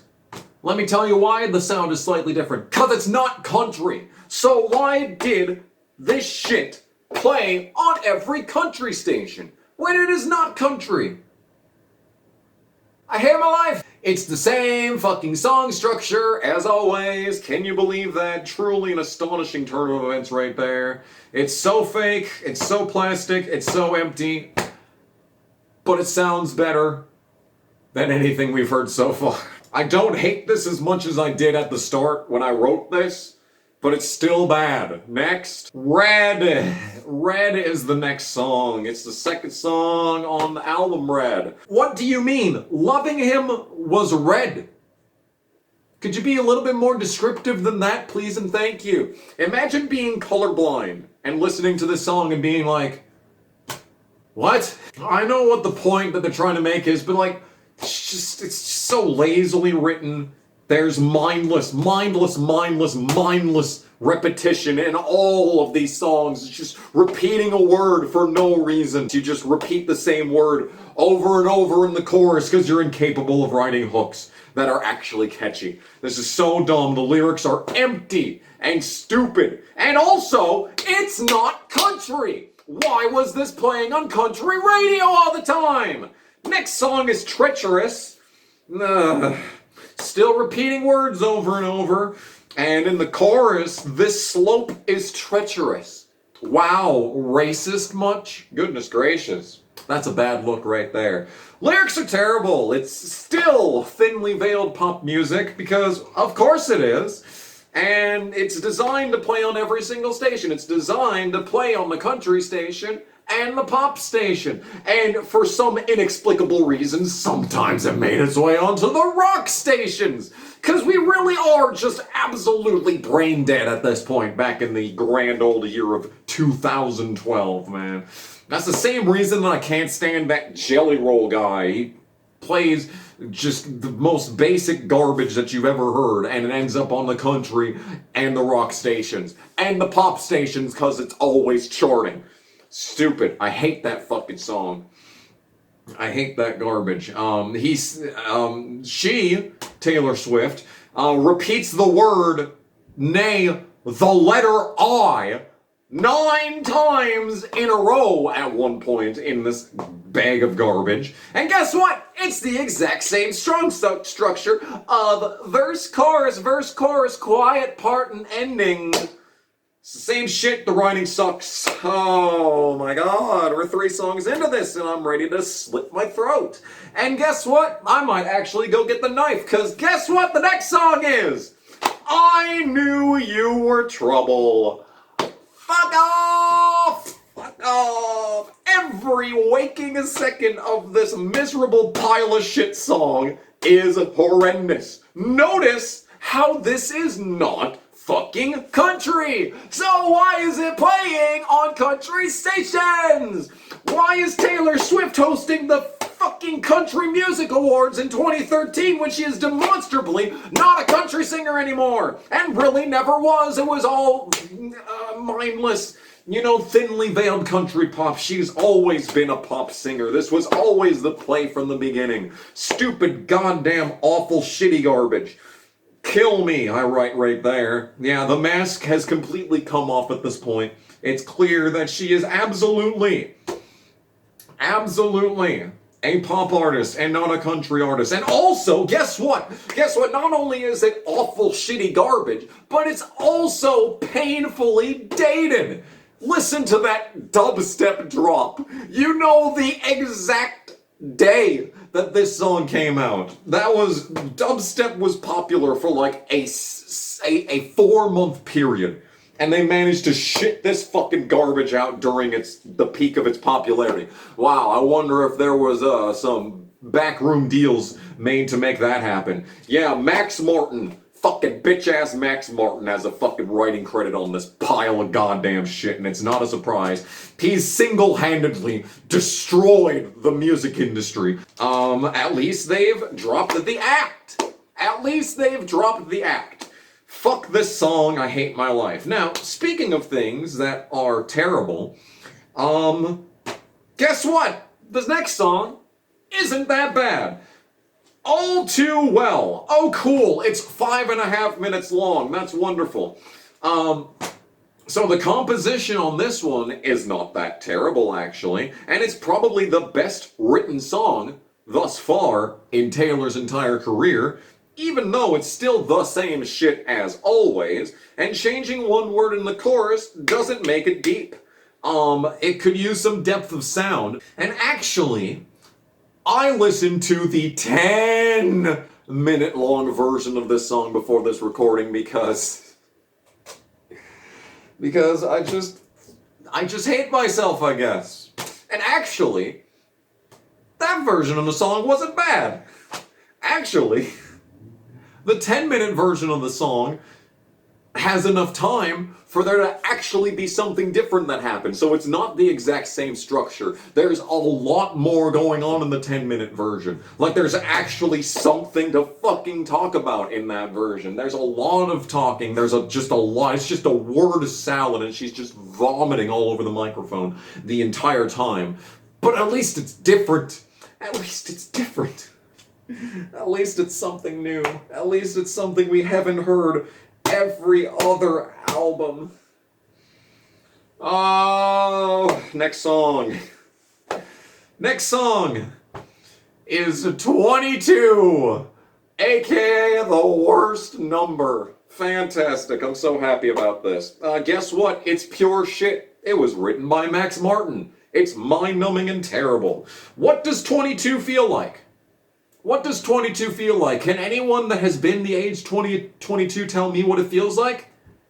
Because when I was 22, all I had was a dead-end job and a shit ton of college debt. The song sucks, it's boring, and nothing happens. Much like my life when I was 22. Very fitting, stupid and awful. Next song is I Almost Do. Still pretending to be a country artist, we head into this song, and can you believe that it's the exact same structure that every other fake country pop song that we've listened to this entire time has gone through? What a surprise. Awful, shitty fucking garbage. Composition is drop dead boring. Nothing happens this entire song. It's stupid and awful. Ah, the hits just keep coming. The next song is We Are Never Ever Getting Back Together. Kill me! Fuck this song. This one's really, really bad. This is the absolute bottom of the barrel. The most fake song in the entire discography thus far. This song contains the absolute worst tropes. What do you want from me? Watch. This song contains the absolute worst tropes of pop music. It's just the mind-numbing lyrics. Repetition, repetition, repetition, repetition. And just making fucking onomatopoeia sounds. Ooh, every 5 fucking seconds. Fucking sing some words that aren't the same word over and goddamn over. These are the worst lyrics of her entire career thus far. This shit played on every fucking station too. Yeah, exhausting is right. The word that I would use to describe this song is AIDS. Moving on. Awful. Oh my... This album is so bad! The next song on Red is Stay, Stay, Stay. Ah! It's got the most annoying instrumental that you've ever heard. She puts on the most cutesy fucking voice you could ever imagine. It's so bad and so annoying. I can't stand it, man. It's so painful. Everyone is messaging me on Discord at this exact moment. I'm in the middle of something. Oh, and guess what? Guess what this song is? Take a guess. It's the same song that we've heard a million times! And guess what? It's even worse than usual. This has the exact same structure, the exact same rhythm, and pretty much the exact same lyrics as Mean from the last album. It's the same fucking song with even more inane lyrics and an even more annoying fucking voice attached to it. Why? Oh my god, dude. Some fucking how. She says the word stay 10 times in a row. Fucking combo breaker right there. This is the worst. This is the bottom of the barrel. This is absolutely this is a tragedy. This is an absolutely tragic album. It just keeps going. It just keeps getting worse. The longer you listen, it just keeps getting worse. Worse and worse and worse. I hate everything about this. I might actually die before the end of this video. I'm close, man. I'm close. I'm so close. The next song is The Last Time. And who the fuck is this? It's just the song starts with someone that's not Taylor Swift. This is the first time this has ever happened. This is the first time that this has ever happened in any album. Suddenly, it's just someone else. Well, this is apparently the guy from Snow Patrol, which I've never listened to, so I don't know. Why is this happening? I mean, thank God it's something different. It's the exact same song fucking structure, but at least, like, there's something else for once.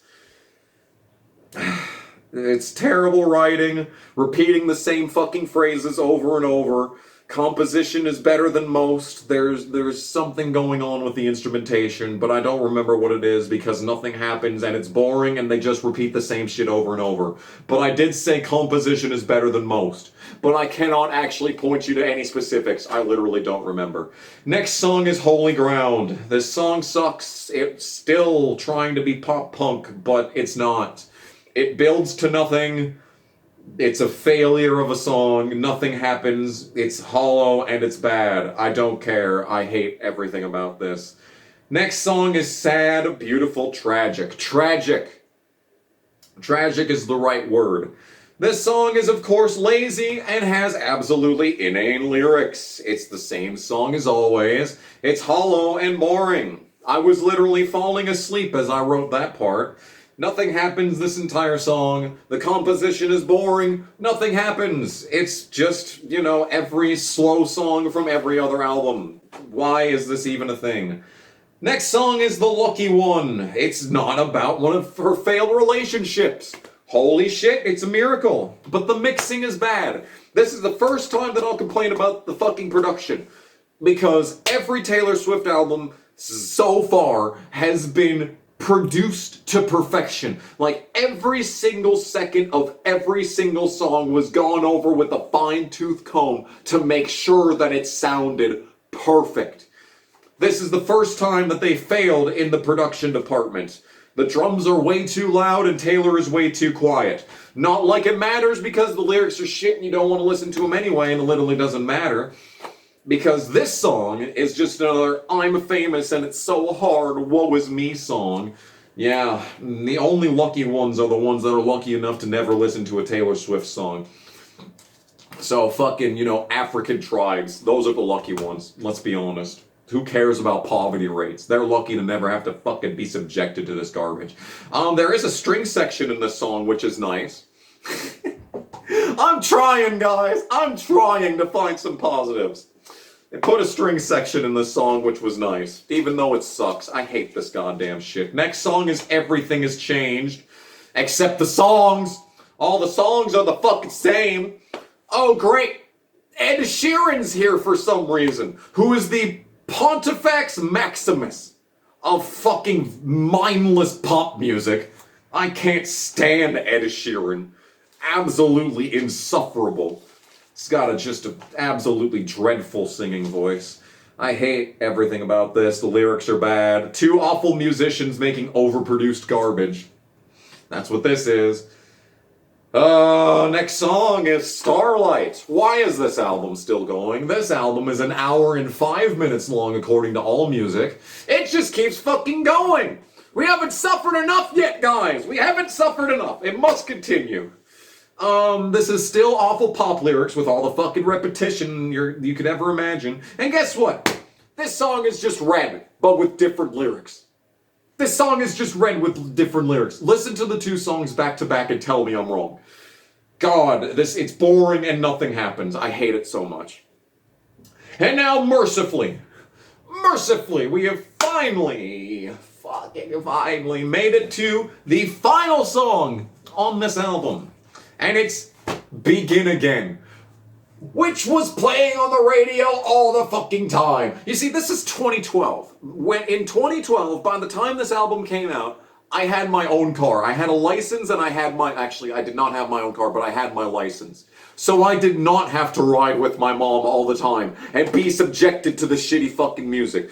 But don't worry, all the country radio stations, the fucking grocery store when I was working there, and they played the modern country stations. Believe me, this shit played every fucking day. Insufferable. This song is called Begin Again. This is not a Fallout New Vegas song, which is annoying. That song from Fallout New Vegas is pretty insipid, but at least it sounds good.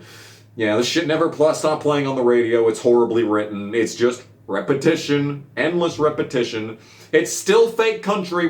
She's still at the end of this album pretending to be a country singer. It's insufferable to just... She's like, well, she's standing on stage wearing the worst costume you've ever seen. It's all just make-believe. Everything is fake. I hate this shit. Throwing his head back, laughing like a little kid. That sounds like an insult. When I fucking was listening to the song when it was new, I thought she was insulting the dude for laughing like a little kid. It comes off to me like an insult. But my brain is mush at this point. So honestly, take everything that I'm saying with a grain of salt. Because my brain is quite literally just fucking hot cereal. It's just oatmeal that's been just grinded to bits with in a fucking blender. That's what my brain is right now. I hate this. Why were the last two albums so fucking long? They had no reason to be this long. Anyway, that was Red. Awful, horrendous, shitty goddamn garbage. The only halfway decent song was All Too Well, and that's only the fucking 10-minute long one because it's just different. It's just different than all the shit that I've been listening to for the past 2 fucking weeks. It's different. Next album. The next album is 1989. More like 1984, the fact that I have to do this video. This album was released in 2014. I don't care, you don't care. First song is Welcome to New York. It's been waiting for you. What the fuck is this? What is this? It just doesn't stop. It just keeps going. It just keeps banging its fist into your ears. It never stops. It's so bad. It's so unapologetic with its awfulness. Why? New York is such a shithole too. That's the best part about this, is that New York is such a shithole. And that just makes this song even better, man. Everything about this is awful. The beat is stale. The lyrics are the most repetitive, like first grade level lyrics you've ever heard. It's just so bad. And this is how it opens. This is how, when you put the CD in the music player for the first time, this is the first thing you hear. Is this absolute sheer nonsense. And it kind of makes sense. It's doing everything in its power to make you turn your brain off. We are at the bottom of the barrel. We are at the bottom of the barrel, ladies and gentlemen, 1989. God help me. Next song is Blank Space. This was the hit, I think, of this album. There were a few, because Max Martin wrote half these songs. The lyrics are pretty bad, but the composition is actually interesting. The backing track is like low frequency. It's like a dark, unsettling beat. When it's over. It's like a drop D song, but with a synthesizer. It's interesting. It's actually kind of dark. It feels like the first honest song that Taylor Swift has ever sung. I mean, it's still inane in its lyrics. The writing is still inane, but it's not as bad as usual, it's not as bad as what we're gonna hear over the course of this album. This one track is better than the entirety of Red. It's still not that good though. But it gets my attention. Is you know what I'm trying to say. But regardless of everything that it does do correctly, it's still a vapid pop song. I like the subtle acknowledgement of the fact that she's just been a hoe her entire career. I appreciate that she at least acknowledges it. And then, ladies and gentlemen in the audience, we get to the next song. The next song is called Style. I listened to this once. I listened to this twice. I listened to this 3 times. I listened to the Taylor's version a couple of times. I've listened to this song like 6 or 7 times now. Oh my god. I like this song. I like this song. I was just at one point, I just sat back like, I kind of teared up a little bit. I found a Taylor Swift song that I like. I still can't believe it. The arpeggiated beat is so clean. It doesn't sound like the majority of the pop songs that we have heard from Taylor Swift yet. It actually feels like there was some care. There feels like there's some artistic merit. There's not really so much dynamics, but the composition has depth. You know, there's the arpeggiated beat, the synth has a thick, juicy bass to it. Oh my goodness gracious. It's got the same inane lyrics, you know. It's not very, the lyrics are not very interesting. Max Martin has a writing credit on it. But it's not as glaring. It's not as glaring. It's still lazy though. Like anytime that anyone refers to someone as having like a James Dean vibe, the only thing that I can think of is that they picture the dude crashing a supercar at age 21 and dying young. So I don't know, maybe that's an aesthetic. And you see, the reason I like this song is because of a little band called Kitten. Have you ever heard of Kitten? I've been listening to Kitten since 2012. I've been listening to them since 2012, and this song reminds me a lot of G Sharp. It reminds me somewhat of Cut It Out. It reminds me of, what's it called? I can't remember what it's called. Obviously, I don't, Junk. It's called Junk. That's the song that I'm thinking about. But, this song sounds like Kitten could have released it, which is probably the reason why I like it so much. I think Kitten's great. Their early stuff is fantastic, all the way up through 2016, I would say. Kitten's music is great. Even as recently as that one song called Memphis, where they literally have a dial-up tone in the chorus as a part of the song. But it's so stupid and ditzy, I can't hate it. But like Kitten from the debut album and from the Cut It Out EP, that's what this sounds like. And I love that shit. It sounds so good. And this song sounds really fucking good. We are like an hour and a half into this video, and I finally found a song that I like. Nothing's impossible, ladies and gentlemen. Let's move on. Spent enough time on that. Hey! Next song is called Out of the Woods. Hey, remember when I was having fun? Nope! Nope! Oh my god! What the fuck is this song? It kind of sounds like it could have been produced by Kanye. Except one problem. It's terrible. The chorus is just her saying, "Are we out of the woods yet?" like 8 times in a row. And it just keeps going. Whose idea was this? Who wrote this? It's so stupid. This is every bad pop trope. It's just like whatever that one was called that I talked about last time. Knew You Were Trouble, or like, yeah, I'm pretty sure Knew You Were Trouble or We Were Never Getting Back Together. Yeah, it's just the same, it's just same terrible, repetitive writing. It's just, I don't know what they're doing. They just hit copy paste on the one line. That's all they did. It's so stupid. It sounds decent, but the lyrics are so fucking dumb. It just never ends. It just never ends. It's so badly written. It's so badly written, man.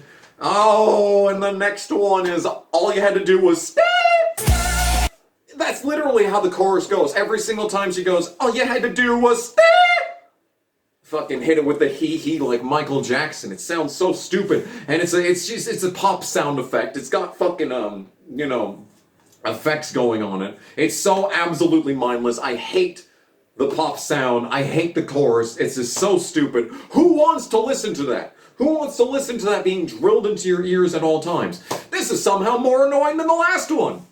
And the last one, they just kept saying, are we out of the woods for the entire fucking song? Stupid and dumb. Next song is... just keeps getting worse. Next song is Shake It Off. Fucking shake me until I fucking pass out and don't wake up. I hate this song. So, ever since this song came out, when I go to the Walmart self-checkout, some of the lanes have the beep sound when you scan the barcodes and you waste your money that you worked, 50 hours per week to get on a singular loaf of bread. That's a different conversation for a different day. The point is that sound always reminds me of this fucking song. I don't know what it is, but it's just totally perfect. Then it kind of lines up with her fucking, pitch at the start of one of these lines, It's so, but that's, I don't know. I don't know if I'm the only person on planet Earth that thinks that, but it's vapid pop music. This song is, I'm reminded of it every single time I go to Walmart for the past decade. I hate this. This would almost have a good message if it wasn't a hollow, written by a corporate boardroom for the lowest common denominators song. There's kind of a good message that's buried underneath all the production. The beat is not sick at all. The beat is not sick at all. She says that this is a sick beat at some point. Terrible. Writing is awful, bad, mindless. I am no longer alive, I wrote right there. It's the worst lyrics you've ever heard. I feel like I've been saying that a lot lately. Next song is I Wish You Would. I wish you would shut the fuck up, is what I would wish. You would. There's another fucking 2 a.m. reference in this song. What a surprise that is. There's so much reputation. There's more outdated dubstep. This is painful. It feels like a 5-year-old wrote it. It's absolutely mindless. This album is so bad. This album is terrible. It's the worst pop tropes. It's the worst pop tropes. Every single song is a terrible pop trope. Except for one! Style was so good! It feels like an accident that song was so good. We've heard the story of this song so many times. We're moving on to the next song. It's Bad Blood. Man, we used to have mad love. What does that mean? What does that mean? Why were you mad? You mad, bro? I hate this song. The writing is terrible. It's the same shit the entire song, and the composition is so boring. Nothing happens the entire song. It feels like they try to develop something on the second half of the chorus when they bring that electric, synthesizer sound in the background, but then it just stops. Then it goes to the next verse, and then we're back to listening to nothing but her going, duh, duh, duh, duh, duh, duh, duh, duh. So stupid. The lyrics suck, and I hate it. Next page. Wildest Dreams. And the next song is Wildest Dreams. It's annoying. It's so annoying. And also, it's basically just Firework by Katy Perry. It's just a stripped back worse Firework by Katy Perry. It's unbelievably stupid. It's the same song as always. It's got the same structure as the fake country songs. We've had the same structure in every other song too, but sometimes they don't do the quiet part. They just do the fucking same structure though. The song is annoying and shallow and I hate it. Next song is How You Get the Girl. It's the same beat we've heard 3 times already earlier in this album. It's got mindless repetition. Can you believe that it's got inane lyrics that are repeated over and over until you want to shove an entire bag of Cheez-Its into your ear? I don't know where to go after that. This song sucks. It has the exact same structure as the last one, and it's stupid. The next song is This Love. And sadly, it is not a Maroon 5 cover. It is instead just boring. It's got the same awful writing that we've heard her entire career. This is, I think, the only song on this album where she's the sole writing credit. And can you believe that it's about vapid, meaningless relationships that you're gonna end by the time the next album comes out? Isn't that interesting? But you know what the stupidest thing about this song is? Is that the first thing that I think of when I listen to it is that interlude following Behind Blue Eyes on the Limp Bizkit album. It's called All That Easy. That's what this reminds me of. I would rather be listening to anything else. It's terribly written. There was a drum section that came in at the halfway mark, which was cool. So compositionally, this is probably one of the more interesting songs on the album. The drums are introduced. The quiet part before the final chorus is actually like pure quiet. Like the tempo slows down so much. Everything is stripped back and it's just quiet and like an oceanic feeling. Synthesizer is there, and she's just kind of casually singing. Like it's interesting. It's the most interesting to listen to on this album, but it's still bad and stupid, and I hate it. Next song is I Know Places. It's very boring. This is the one song on the album where she was once again trying to be pop punk, but pop punk is out of style. Speaking of things going out of style, like in the only good song on this album.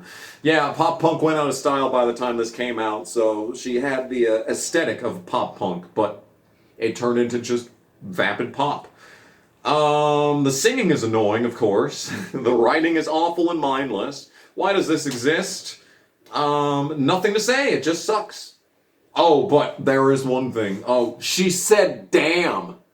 Ooh, very edgy. She said damn once this entire album. Composition is boring and nothing happens. Next song is Clean. What the fuck is this xylophone shit? Why is there a xylophone in this song? I mean, it's different, I'll say that much. I highly doubt this song is actually about drugs. Because if Taylor Swift actually did drugs, maybe she would have released a good album. Unfortunately, this is just the same exact song structure, with the same exact awful pop writing, with the same exact boring-ass composition, and I lost IQ points while listening to this. I sincerely doubt that she was ever on drugs. I sincerely doubt it. Next song is Wonderland. The vocals are annoying. It's pop garbage, of course, and it's got another dated dubstep drop. What a surprise. Sounds like every fucking other song on the album, and it's annoying. All the songs on this album sound the exact same, except for Style, which was good. Nothing else on this album is good. Awful, and the composition is boring. It's just the same notes for every song, but it's just the same song over and over. Speaking of same song over and over, next song is called You're in Love, or You Are in Love. Let me back off there. The actual title is You Are in Love, so it's not a Rat cover, sadly. But guess what? It's the same shit as always. Same repetitive, shitty lyrics, same stupid, boring composition. What does this woman know about true love? What does she know? How can I take your word for any of this shit when you have thought you were in love about 67 times ever since starting your music career and it's never worked out? What do you know about true love? I hate everything about this. But there is one singular good lyric. It's the part where she says, and I've spent my entire life trying to put it into words, while in reference to love. And I don't think she wrote that. I believe Jack Antonoff from the band Fun had a writing credit on this. And this is the opposite of fun. Everything about this is the opposite of fun. But I'm pretty sure we've heard that lyric somewhere else. I'm sure someone else has said that they've been trying to describe love and write songs about it, and then they've been trying to do it their entire lives. I'm sure someone else has done that. But regardless, it's still a good line. It's still like the only like deep line of this entire album, and it's pretty surface level regardless. The dynamics, there are dynamics in this one, but sadly this song is incredibly fake and utterly mindless. And now we get to the final song that I have on the list, which is technically a bonus track. But like a lot of these I've talked about so far are bonus tracks that weren't in the original and were instead just included in the deluxe edition. So I guess it doesn't just count as a bonus song, but I'm going to talk about it. The final song, well, on here anyway, is called New Romantics. It's got a good beat, honestly. This song is upbeat and actually has energy. And the delivery of the lines, the actual lyricism is of course absolutely mindless because it's Taylor Swift, but the delivery is really good and it flows very nicely. The energy is carried through the entire song, which is what I appreciate. And I will say that this is the second best song on this album behind Style. Unfortunately, it is a bonus track. So it kind of sounds like my albums. I always save the best for the bonus tracks, and I just shovel shit to fill it out in the rest of the thing. That's basically Taylor Swift's albums. That's basically all of my albums. We aren't so very different, you and I. But, yeah. But the problem with this is that, despite the fact that it's pretty good, Moving Units did the exact same song a year earlier. Moving Units, the band that had the song Between Us and Them in the game Juiced on PS2, they had an album, I forgot what the album's called, but in 2013 it was released. And the song that I'm thinking of is, did I write it in here? The World Is Ours. The World Is Ours by Moving Units. This is basically the exact song as that, except it came out a year later, and the composition is less interesting, sadly. But interestingly, the first line of this song is, "We're all bored." Fitting! Considering this absolute garbage bag of an album. Anyway, yeah, this album is still garbage, regardless of the fact that we finally, after all this time, found 1.5 songs that I actually like this video. That I don't actively hate a couple of songs like I'm Only Me When I'm With You or Haunted. I don't hate them, but that doesn't mean that I like them. It means that I can tolerate it enough to listen to it without wanting to jab things into every orifice on my body, you know? But Style. I like this song. I would add this song to a playlist. I would listen to this song outside of this review. But that's mostly because it does what Kitten did in Kitten's first album and all the EPs that came out before the first album, and just does it worse. It's worse. The lyrics are shit, and yeah, the lyrics are still bad. The lyrics are still bad, but it sounds so fucking good. It sounds so good that I can forgive it. It sounds so fucking good, man. Anyway, that's the end of this album. Will I find even one more song that I enjoy? I doubt it. Next album. Welcome to day 3 of recording. Its Reputation is next on the list. Yay. The first song on Reputation is Ready For It. Am I ready for it to end? Yes. Yes, I am ready for it to end. So coincidentally, the beat is actually kind of sick. It feels like they actually put some effort into it. However, the problem is that it does not carry the same energy throughout the entire song. The drop is weak. The drop is incredibly weak. And it still manages to just be nothing but ditzy. Yeah, we are really doing this.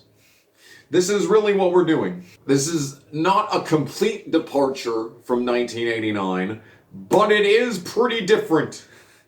It's pretty different. It is still thinly veiled pop music, of course, but it tries to be 90s hardcore and modern dubstep all at the same time. It tries so hard to be everything. It tries to please everyone and in turn pleases no one. Because this was Taylor's least commercially successful album, and it's also the album on AllMusic with the lowest rating. The lowest rating, 3 stars, is what AllMusic gave this. That's reasonable. But they gave Red 5 stars, so doesn't really fucking matter what they have to say. Yeah, it kind of dumb.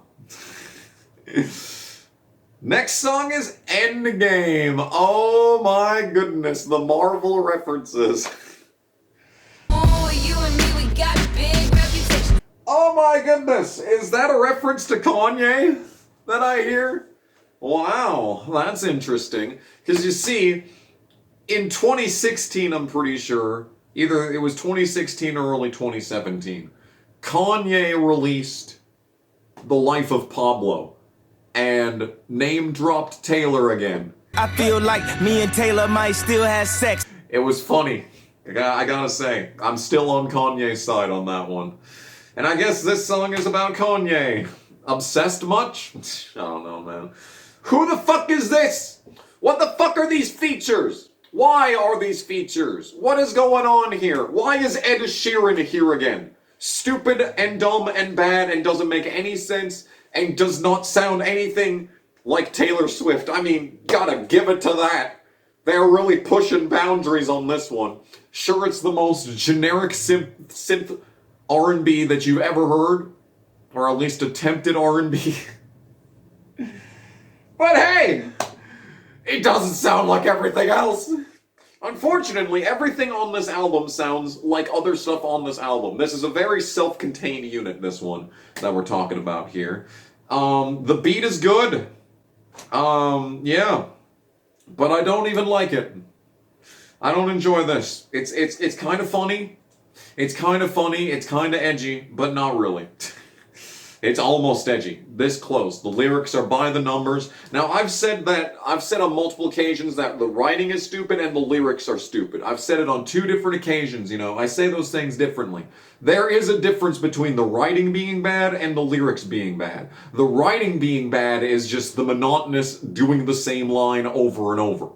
Like, you could be, like, reciting, like, you know, Shakespeare or something. But, like, if it's in the song and doesn't make any sense, that means the writing's bad.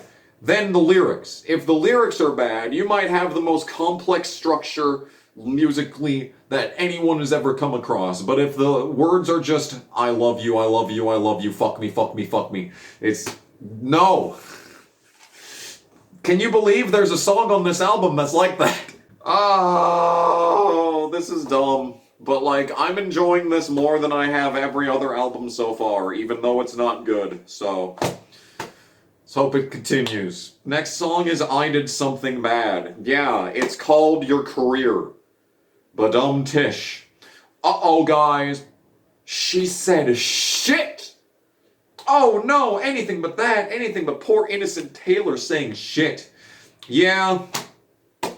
These lyrics kind of feel like the most real and honest lyrics that Taylor Swift has ever sung, but it still manages to be completely mindless, and we are still doing dubstep drops in 2017. This not only was the worst received Taylor Swift album yet, but this was also the least commercially successful Taylor Swift album yet. I believe that nothing managed to get into the top 10 on the Billboard in this album, which is funny.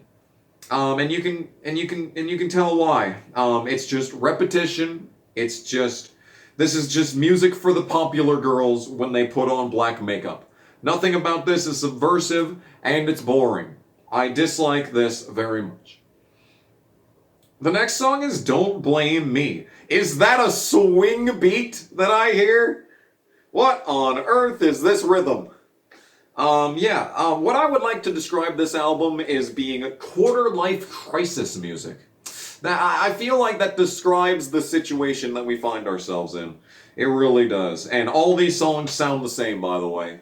We've still got the exact same pop structure from before, but at least the synthesizers are more angry, I guess. It would be the word to use. And, yeah.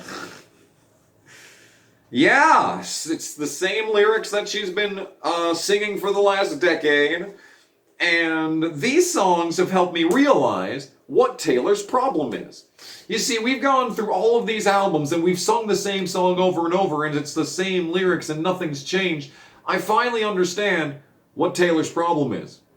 She has viewed love through the eyes of a 16-year-old ever since beginning her career. She is completely superficial. There is absolutely nothing deep and meaningful about any of the relationship that she's been in, especially, I don't know if she's ever had a song that's described like why she loves a guy other than he's hot, and he's hot. There's nothing. There's nothing. I mean, that's a good reason. That's a good reason to be in love with someone. But if you aren't compatible in any other way, no wonder she can't hold down a relationship for more than 6 minutes.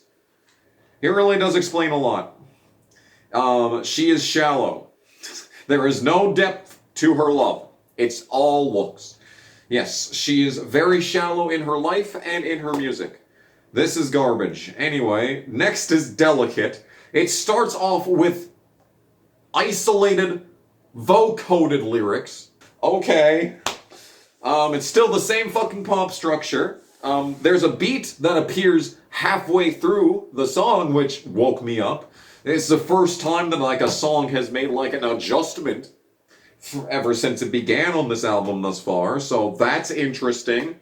Once again, Taylor using bad words feels fresh and a bit more on the honest side, but it still doesn't make this any more mind-numbing.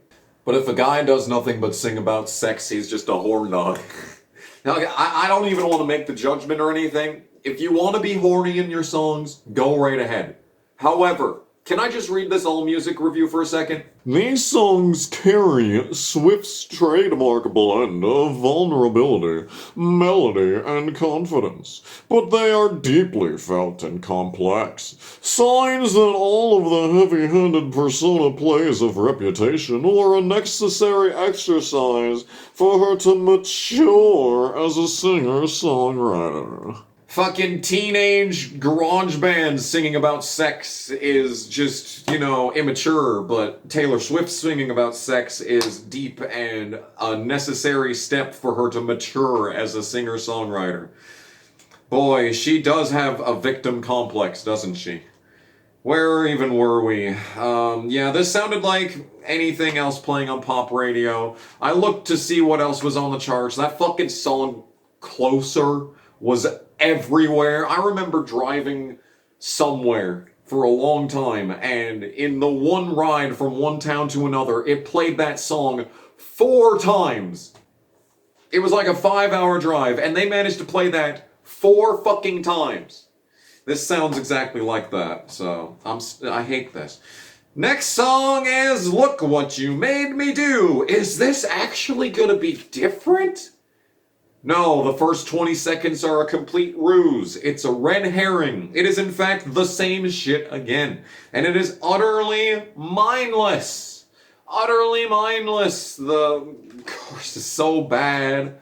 It's so bad. Somehow this manages to feel dated not only now, but in the context of 2017. It sounds like simultaneously a song from like Lady Gaga in 2009 and like a song from the Spice Girls. I don't know. Something from the late 90s. It's just like, I don't know what she's trying to do with this. And of course, Max fucking Martin has his tendrils all over this album. And you feel it. It's absolutely mind-numbing. I wonder why no one trusts you when all you ever do is write songs about them, regardless of their opinion on you and your opinion on them. It's just never-ending. Never-ending. And something that I want to know is that there was this one standoff where like a failed home invasion took place and these people were taken hostage, and the police officer wanted to talk to the hostage, but the dude that was holding them picked up the phone and he asked him to give them the phone. But then the dude said, "I can't do that. He's dead." Is this a reference to that? Or was that a reference to this? Because that's the only thing I could think of when I was listening to this. That's the only thing I could think of. This was the one hit of the album. And didn't even crack top 10 like I said. It's annoying and it's stupid. Just like everything else on this album. Next is So It Goes. It's the same story again. Wow. It's utterly tired. The beat is boring. The writing remains bad. But I will say that this is not good, but I didn't hate this nearly as much as everything on 1989. All the terrible stuff on 1989 forced me to listen to this. It's not good, but it's better than that. Next is Gorgeous. Oh, every song sounds the same, except for this one. This one manages to be the most annoying song on the album. There's an annoying ringtone fucking beat going on here. There's also a dinner bell for some reason, which is very annoying. And there's also a line where she says, "I guess I'll go back home to my cats." Well, what are we doing here? What are we doing here? Also, she's disloyal. She mentions that she has a boyfriend, but he's at another club. So she's disloyal. This is horribly written, and I hate it. Make it end. But I have so little to say about this album. I actually have so little to say about this album. See, all of the previous albums, when they were bad, oh my god, they were aggressively bad. They made you feel every single waking, miserable second. This one, it just feels like background music. It just feels like background music that they play in a Hot Topic or a Spencer's. That's what this album feels like it was designed to do. It's so bland. Just bland. It's not boring, but it's bland. Nothing's happening. Okay, and immediately as I say that, we get to the best song on the album. It's still like a 4 out of 10, but it's better than everything else. Getaway Car. This had a writing credit from, once again, Jack Antonoff from Fun, and Max Martin does not have a writing credit on this, and you can immediately tell that the style has infinitely improved. For some reason, the phrase "poisoning the well" exists in this song. Once again, though, it is still the exact same pop structure. As mindless as this is, it's probably the best song on the album. It has an arpeggiated beat. The synth sound is deep and not, doesn't sound like someone farting into the microphone like a lot of these ones did. Yeah. Acceptable. Next. King of My Heart. This one's annoying. Is the first word that I put down. This one's got vocoded vocals once again. And it has the exact same tone as the vocoded vocals from Delicate. It's the exact same tone. They didn't even change it up. It's the same tone. This song is absolutely superficial. It's not good. It's just annoying. I had nothing to talk about in this one that I literally just said I had a song with vocoded vocals too at one point. And it wasn't great. Imagine that. It was in the thick of the B-side. Just like we are right now. Next song is Dancing With Our Hands Tied. There's some dubstep in this because it's still 2012, I guess. That wasn't 2 albums ago. Have I mentioned this came out in 2017? It's impossible to dance to this song. The beat is terrible. The verse beat is fine, but then the pop drop just ruins the flow. and it sounds dumb, and I hate it, and the sound is bad. Compositionally, once again, for the majority of this, everything sounds the exact same synth tone, the exact same drops, the exact same beat. It's dumb and stupid and mind-numbing. And the lyrics are terrible, and she is very superficial. Can you believe that? And then the next song is Dress. Oh, this is painful to listen to. Feels wrong. It feels like a Disney star doing porn, is what this one sounds like. Yeah. She is not subtle. She is not subtle at all in the writing of this song. Who has writing credits for this fucking piece of shit? Who has writing credits? Jack Antonoff, oh god. The singer from Fun thinking about doing some things to Taylor Swift. That's unfortunate. Which is annoying because Getaway Car is really good, and then Dress has the exact same writing credits, and it's like, oh boy, we have lost the road, ladies and gentlemen. The composition is boring, but it does have some depth. Once again, this was, it was made by the same people that made Getaway Car, so there's at least some more depth. I don't know, man. I don't like listening to this. It's so stupid. Song isn't even about the dress.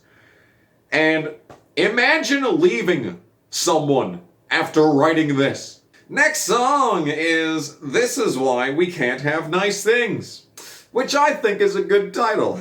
Probably the best title to any song that we've had thus far. I hadn't heard that phrase before, like, 2017, so, pretty good. Unfortunately, this is just monotonous. It's just the same shit again. Nothing's going on. Same structure. Another dinner bell is in this for some reason. There's a line about feeling Gatsby. Excuse me. Nobody in the real world has ever in their life felt Gatsby. Stop. Stop. You are not the lyricist you think you are. This song is fake. Let's go to the next one. The next song is Call It What You Want.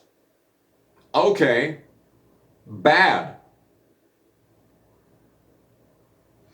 The song is also very superficial, fake, and lazy. And interestingly, she has a lyric about making the same mistakes every time. Yeah! I've noticed! We've, over the course of this video, we're probably up near 2 hours at this point. We've just been going over a laundry list of all the mistakes that you made. And you're gonna make more, because there's still 4 more albums to go. But she says that she did one thing right. And you left that guy too. By the next album too, I'm pretty sure. This is so dumb. Lots of people think they know you. Well, you're the one that's given us the ammo over the years. Such a terrible track record. It's boring. But hey, this song sounds like so much different from everything else that we've had so far. Like every song before this one sounds the exact same.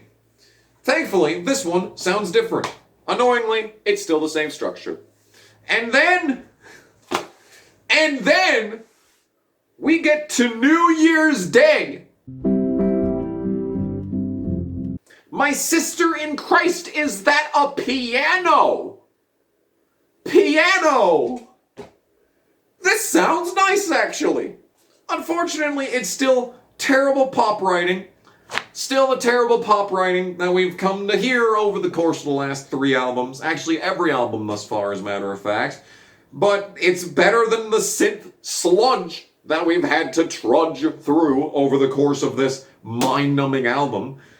There's a string section. What is going on? It feels like it's on the wrong album. She should have taken this song and taken Style and just released those two as not a single, but, a single. Put those two on a single and call it the best Taylor Swift album ever. The composition is subtle, which is something I never thought that I would say about a Taylor Swift song. And the album ends on a 20-second piano outro. Not awful. So we've got 2 decent songs on this, and the rest is just serviceable. I did enjoy the opening. Ready For It made it seem like something different was finally going to happen, but then they didn't go far enough. But at least that moment, the fleeting couple of seconds right at the beginning, I thought maybe something different was going to happen. But no! And that's going to do it for Reputation. 4 to go, people. Let's push through. It's been a long time coming. The next album is Lover. This album came out in 2019. I graduated in 2019, and I have done nothing related to my career field ever since. The first song on this album is I Forgot You Existed, which is interesting. You decided to write a song about the fact that you forgot someone existed. Very good. Very good. Unfortunately, it is boring. The song is very boring. There is nothing to the composition. Nothing's going on. It's just a ditzy beat.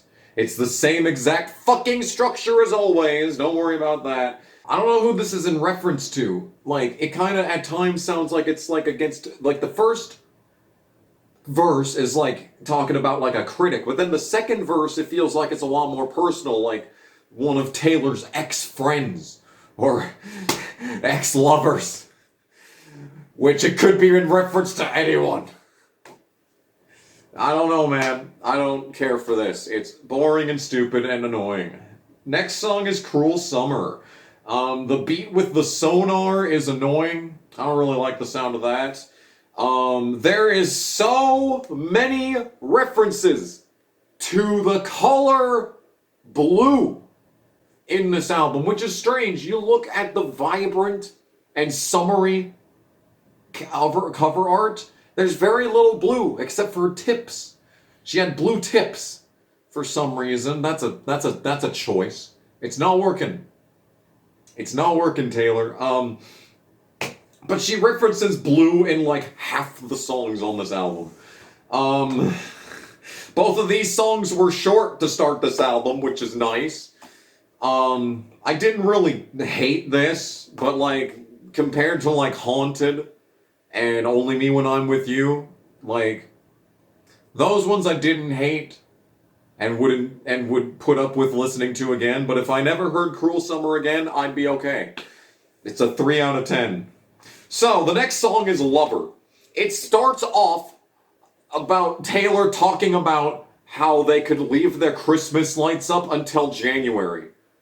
This past Christmas, on December 27th, we took our decorations down at the hotel. And a fucking lady came in and was like, oh, you just took the decorations down. I wish I could have seen them. And you want to know what she did? She gave us a bad review. She gave us a 5 out of 10 because we took the fucking Christmas decorations down after Christmas. Anyway, this song is annoying. The rhythm feels just off. And she left this guy too. Don't forget, she also left this guy. That's the subject of this song.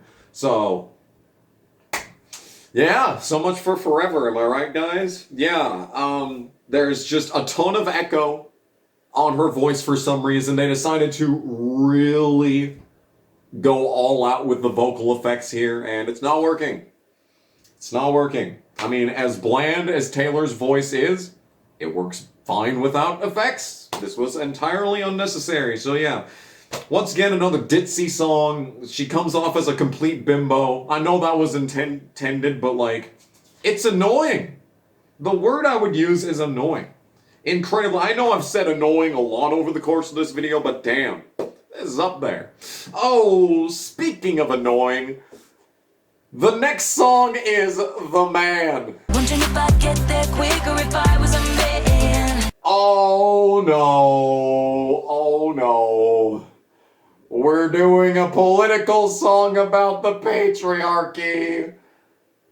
Wow. I mean, I could go into very deep detail onto why this song is stupid, but this video is long enough as it is, so I'm just gonna go with, bitch, you've been astroturfed by every media outlet and every musical organization into the most famous person potentially on planet Earth. I genuinely can't find a reason to complain. And every single time that I've ever said that I fucking hate Taylor Swift, as a child, people called me a bitch. As an adult, people have called me a bitch. People have told me to get over it. And people have told me to fucking get over my toxic masculinity because of it. Like, fuck off. Absolutely fucking stupid. Reddit just had a question of who is the most famous person on the planet, like at the level of Michael Jackson. That just happened like last week. And almost every answer was Taylor Swift. So I don't want to fucking hear anything about this shit. And if you ever want an example of a man who has done everything and yet is lambasted all over the internet, the mainstream media, everywhere, take a look at Elon Musk. He did everything that you described in this song, and he is probably, if we had like a poll of like the most hated people in pop culture, he would probably be in the top 10. So, shut the fuck up, basically.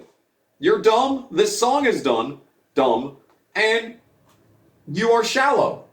No wonder everyone leaves you, because you have a god complex. Or a goddess complex in this case, I suppose. Anyway, the next song is The Archer. Even though this one is the exact same song structure as all the other pop songs, the instrumentation and the composition is very different here. Instead of building to something, this song takes the entire thing, building up an instrumental in the back, and then it just ends. And then it just ends. The writing is bad, lots of anticipation leads to nothing. Changing one word in the chorus does not make it deep. But at least it's not the exact same song 4 times in a row. The first 3, 4 songs were the exact same song over and over. This one was slightly different. So, I Think He Knows is the next one. Once again, a production issue for this one. The vocals are way too quiet. It gets drowned out by the beat. Unfortunately, that doesn't change the fact that this is just the same shit as always. Utterly vapid lyrics, utterly vapid subject matter. We've heard this song a million times. I think I heard the Discord bloop in this song. So that's a thing. It's completely superficial and nothing to say that I haven't already said about this song that we've heard millions of times already. The next song is Miss Americana and the Princess something something, whatever the fuck. Who cares? She mentions blue again. There's nothing new here. It's drop dead boring. It's just the same as the last song. How old is she? How old is this woman still talking about schoolyard shit? How old was Taylor Swift in 2019? I can't say shit. I'm getting pretty close myself at this point. It's looming on the horizon. Anyway, the shouting is really annoying. Why do you keep shouting random words in the fucking bridge? This is dumb and stupid and annoying. I will mention that I was so bored on this one that I started reading the comments on these videos, and it's just... oh man. It's so bad. Hope she sees this. Hope she sees this. The next song is Paper Rings. Oh boy, it's Mean and Stay again. It's trying to be as bubblegum as it possibly can. You see, the interesting thing is that this has the most bubblegum, cover art for an album and has some pretty teeny boppy type shit, but this one takes the cake. This is insufferably bubble pop. Just frustrating to listen to. Oh, and guess what? There's the slow and quiet part during the third chorus. It's back. It's back. We haven't heard that for a couple of songs. Great. I hate this. And she also mentions blue again. There's more than one color in the rainbow. Taylor, sing about other colors. You fucking racist. The next song is Cornelia Street. This is another fake deep song, and it's another song about how, oh my goodness, Taylor has such down home roots. She remembers her first apartment or some shit. I don't care. It's boring and lazy. It's the same ass country pop structure. I'm sick of this. The falsetto in the chorus. Oh my god, dude. What was she thinking there? Man, you see, the thing is that Taylor's voice actually works pretty decently in the low range. The problem is that throughout the entirety of her country fucking albums, they decided to put her in like the fucking soprano section. Like, fuck off. It's bad. It doesn't sound good. It's grating. But her deep voice is actually kind of decent. Unfortunately, we never hear it. And this song sucks. Death by 1,000 Cuts is the next song. I could not describe this experience any more aptly. Is that the fucking ooze sound effect from Monsters Inc. Scream Team that I hear? They put in slide mechanics.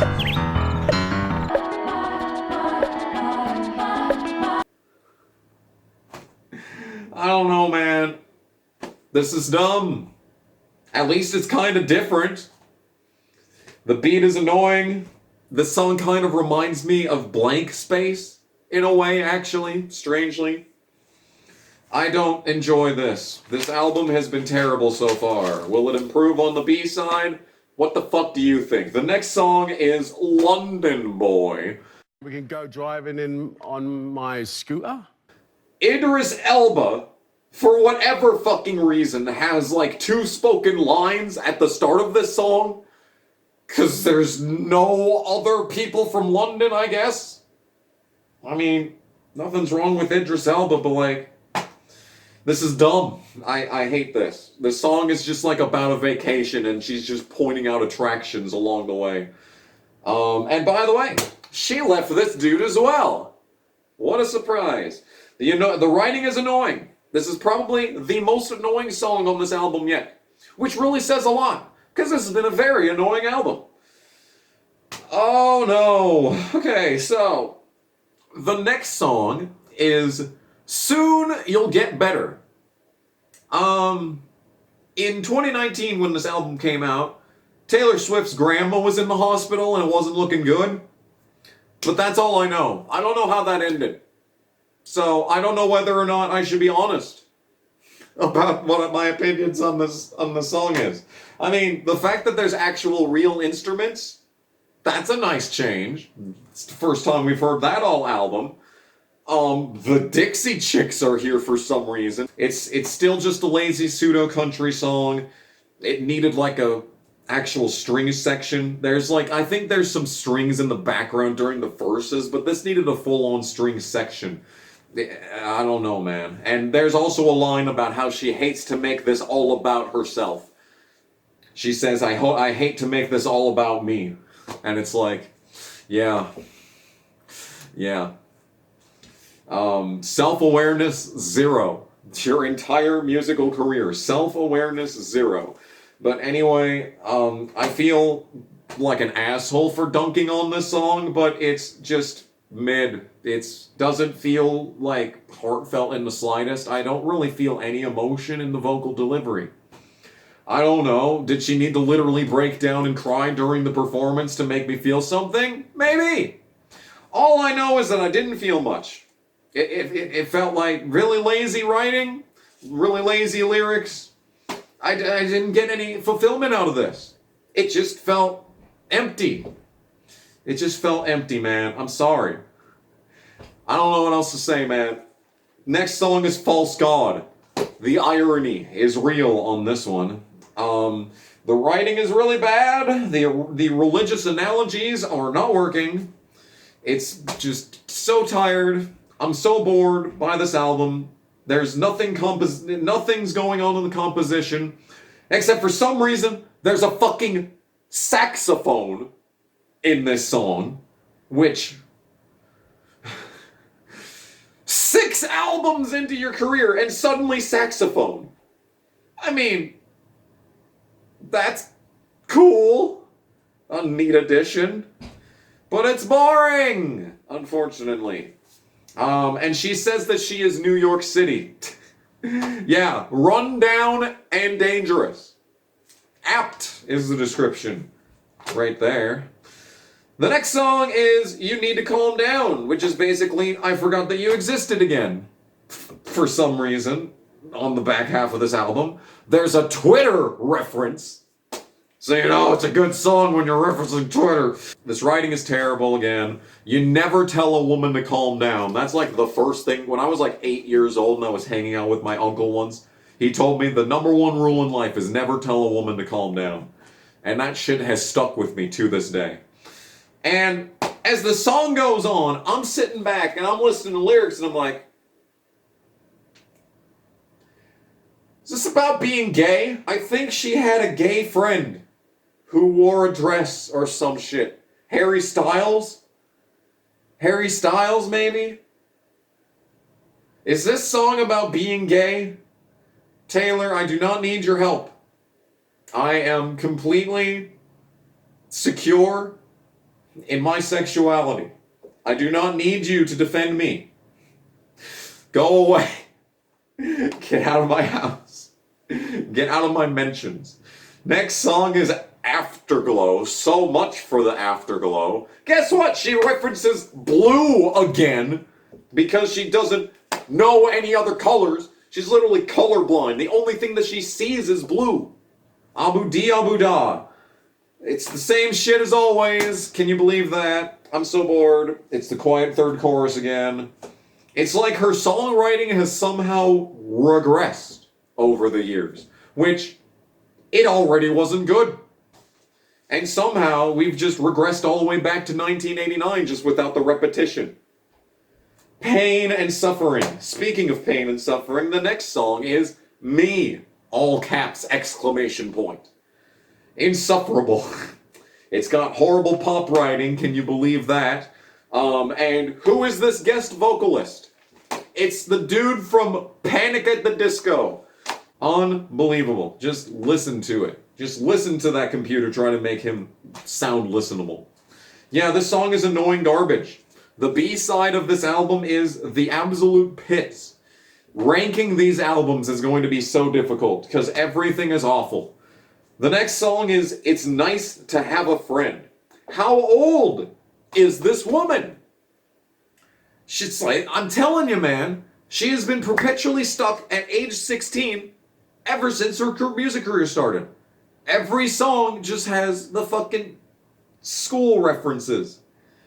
And I'm pretty sure, yeah, the beat is annoying.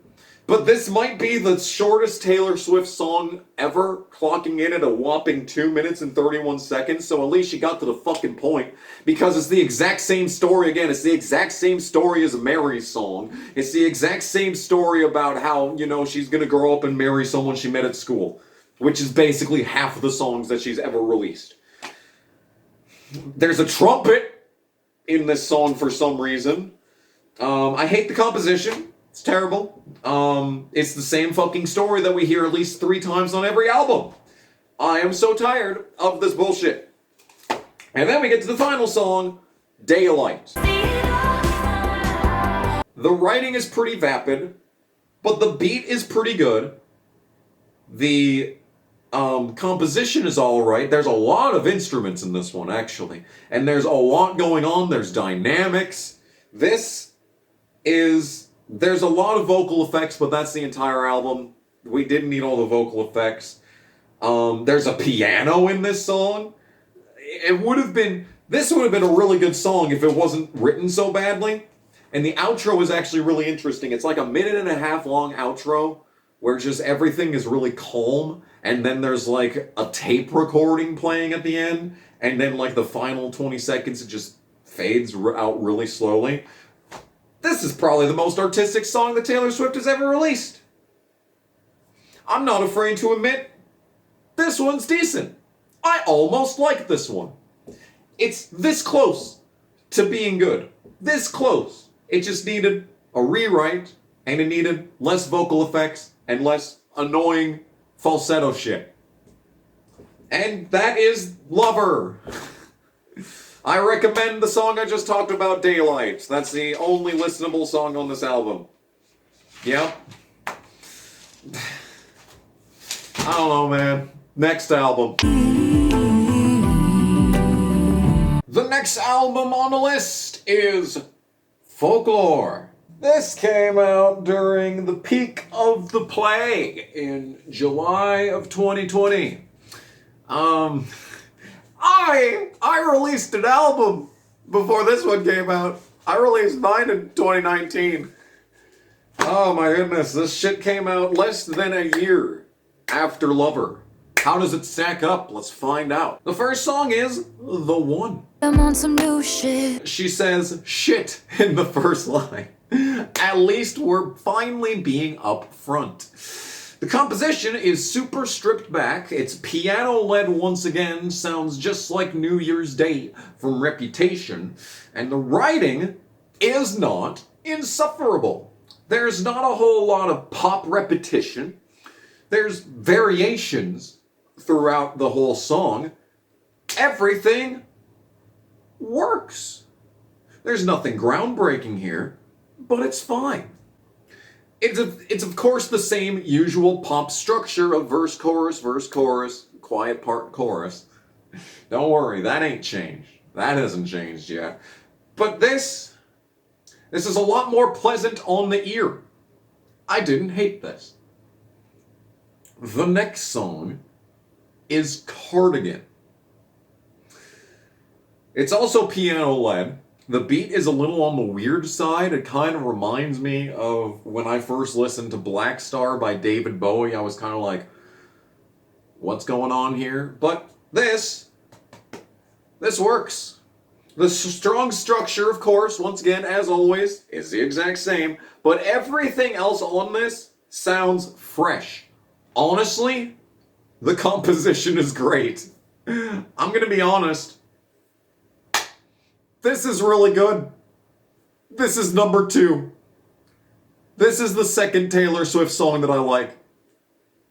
Taylor's voice works so well in this range. Her voice, as she's aged, has gotten so smooth in the low range. Her voice is amazing on this song. I'm just sitting back like, Felt like I was an old cardigan. wow, she can finally sing. It's only taken 7 albums, but she can finally sing. And there's some good lines in this. Leaving like a father. I can relate. I like this. This is a good song. Bruh. This is a really fucking good song. It's weird. The fact that it's about a cardigan is kind of unusual, but it works, man. It fucking works. God damn. The One was fine. I didn't hate it. You're hard-pressed to see me say that I don't hate a song at all in any of these albums, and we're starting things off with a fine song and a good song. Ooh, doggy, this is already the best album yet. Moving on. Moving on to song number 3, which is The Last Great American Dynasty. There's more bad words in this song. We're getting super edgy. Super edgy in the lyrics here.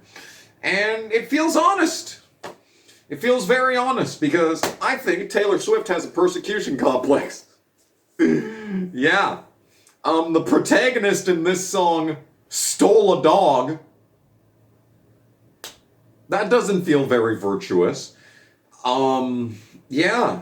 I'm sure that she had a marvelous time ruining everything. Like, in the last 6 albums, for example. I'm sure you did enjoy that. Very fitting. This isn't quite...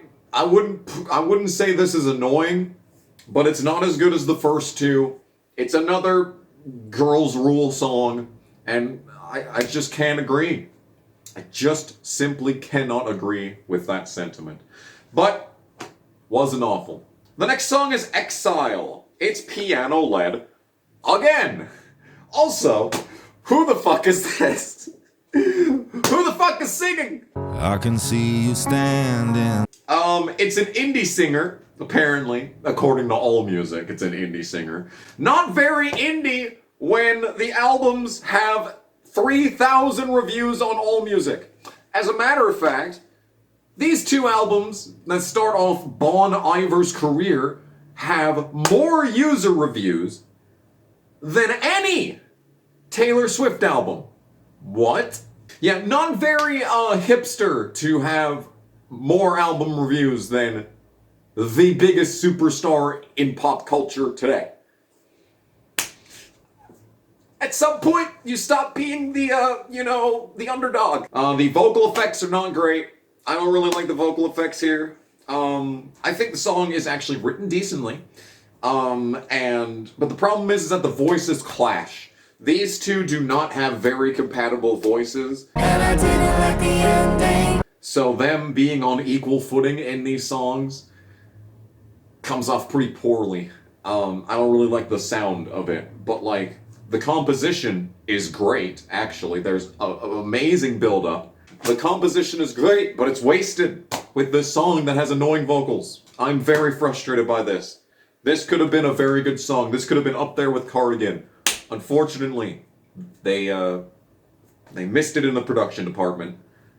I'm frustrated right now. My Tears Ricochet is the next song. Taylor's voice, once again, so much better suited for the low range. She kind of picks it up. She picks it up in this one, and it's not as good. The other guy from the last song is here again, and his voice clashes with hers again. No surprises there. It is once again the same song structure as always, but the sound is so fresh that you actually have to be paying attention. You have to be reading along with the lyrics to actually notice that it's the same structure. Everything is so fresh here that you actually have to look to notice it, which is just baffling. I'm just beside myself at the fact that this is as good as it is. There's a great build-up in this song again. There's actually dynamics. It's like Taylor Swift decided to become a musician. Just on a whim. I'm so confused. This is so good. We're like 2.5 hours into this video, and I know everyone in the comments section is not gonna watch past like the first 10 minutes. They're gonna be like, you just hate things that are popular. You were never gonna like anything on here. Bitch, this is great. This album is good. It's a 6 out of 10 so far. Not even, I'd put this at 7 out of 10 so far. There's just a few issues here and there that if they just trimmed some of the fat and just went back to the fucking, recording booth and like got a different feature instead of Bon Iver, this would have been really good. Like Bon Iver just clashes so much harder. The guy from Snow Patrol during, what song was that? The Last Time. On Red, I'm pretty sure.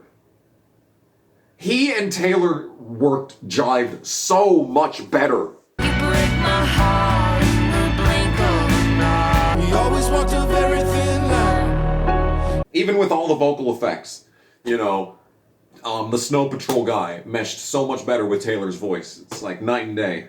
Oh my god, we're 10 minutes into this recording and I've done, 5 songs? Let's pick it up a notch, Kamikaze. The next song is Mirror Ball. The vocal effects are very overwhelming, but the composition is fine. Not terrible. The writing is a bit on the weak side. I don't really have a whole lot to work with here. This is actually the first boring song on this album, I'd say. There's just not a whole lot going on. Compositionally, this is probably the worst yet. And there's no depth of sound, there's nothing going on. And at this point, it's starting to fall apart. Everything was going so good. Let's hope that we can turn this thing around. The 7th song on Folklore is titled 7. The writing is quite contrived. This feels like we've regressed back to the fake country albums. Which is disappointing. The composition is good though. Depth of sound, instrumentals, all sound very good. I also peaked at 7, to be fair. I also peaked at 7. The tone here is just really good. The guitar sound, the instrumentals and just everything is meshing together so well on this album.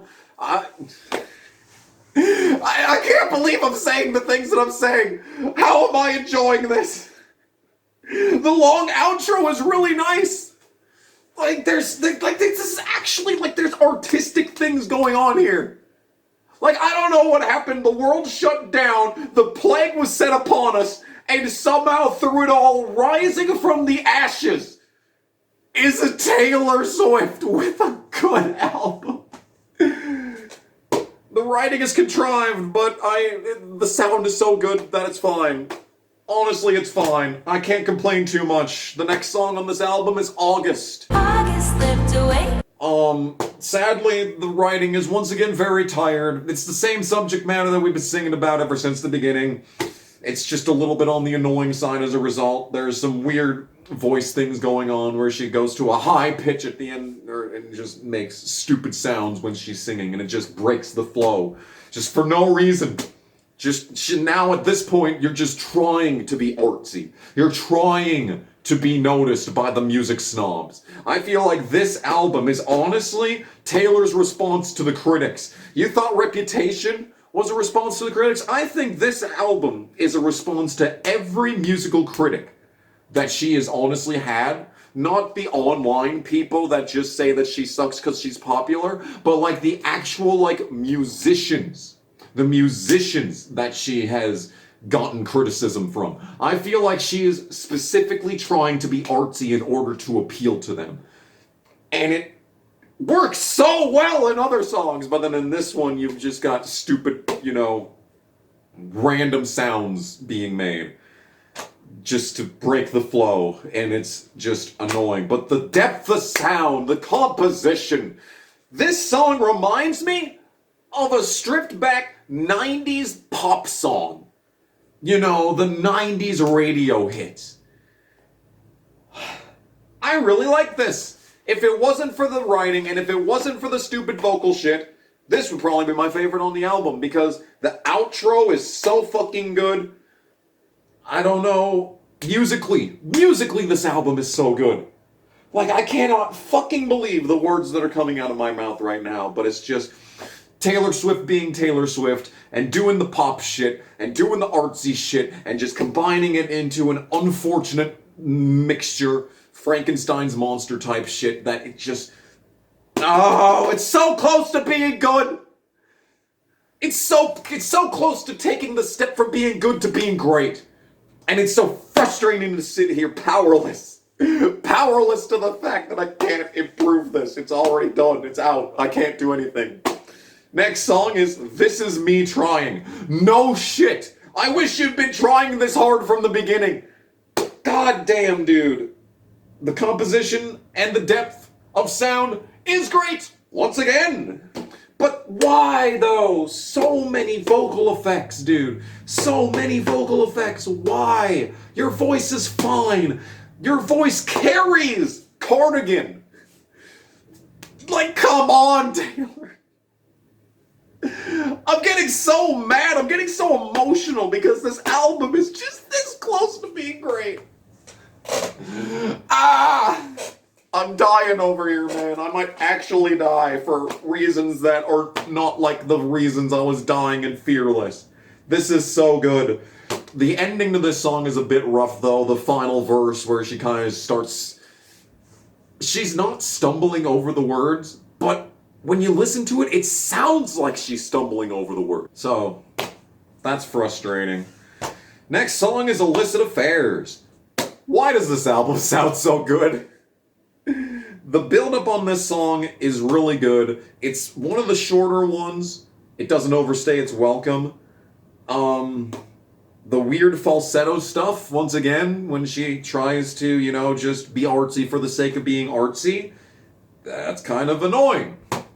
So it's unfortunate. Bon Iver is back again, but this time he's in the background. He's not, singing a duet. He's really deep, like he's at a quarter volume as usual, and over the course of the song, it builds up to this, and gives it a bit of an aggressive, angry overtone, or an undertone, I don't know. I don't know which word we're going with at this point. I'm so tired, dude. But it works. Bon Iver actually works in this song, which is not something I expected to be saying. Yeah, it sounds good. The lyrics are a bit stupid, and the falsetto shit is annoying. But it's fine. The next song is Invisible String. Damn, dude, we were going good for so long, but then this song shows up and immediately the tone is off. We've got the, like, you know, the ukulele sounding, you know, guitar tone, and it starts to feel like, you know, a more poppy.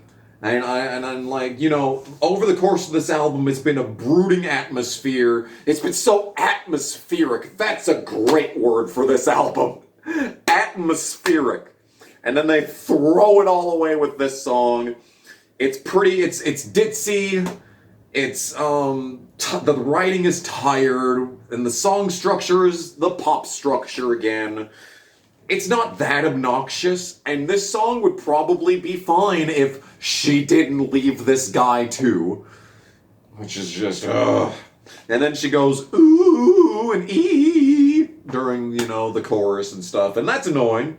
This is unfortunately the worst song on this album so far. There are some mature lyrics in here, but I didn't give myself enough space to actually write them. But I know they're in there. I know they're in there. I will give credit for that. But this is the worst song on the album yet. Sad.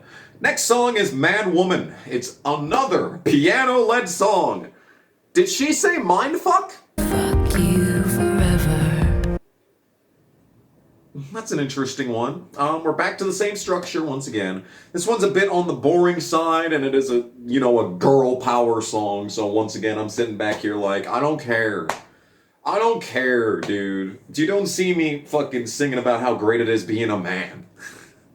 Have I ever had a song like that? I don't think I have. I don't think I've ever written a song about how great it is to be a man. I've written a song about how much it sucks to be a gay man. It's called I Don't Know. It needed a re-record. It needed a re-record, sadly. It's not great.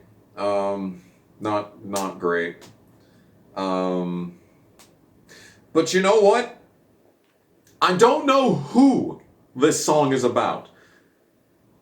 It doesn't feel like it's an ex-lover. I don't think this song is about an ex-lover. I think it's about something else entirely. And around the time that this album came out is when Taylor had a big falling out with Big Machine Records, the label that made her a superstar. There was some controversy of some sort that I don't care about, but I know about it because that's the reason that the Taylor's Version albums exist. But you know what? I'm on Scooter Braun's side. Let's go Scooter. These two songs, Invisible String and Mad Woman. Thick of the B-side, not good. Would skip every time. Next song on here is called Epiphany.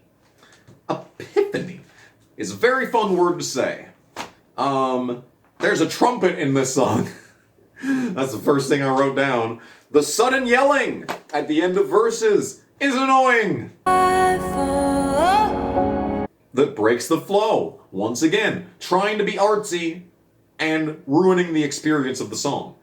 Dumb and stupid, but the writing is not that bad. It's interesting. It's super duper artsy. She's trying way too hard.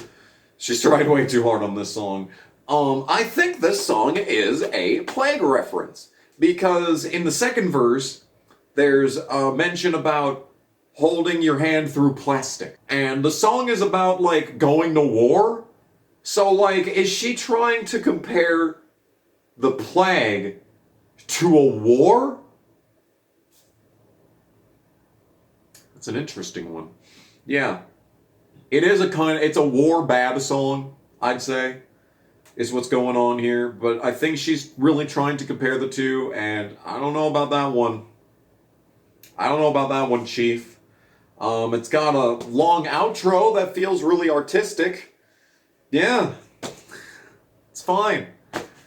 Next song is Betty. Betty. Helmet is better, unfortunately. Holy fuck! It's a harmonica! That's interesting.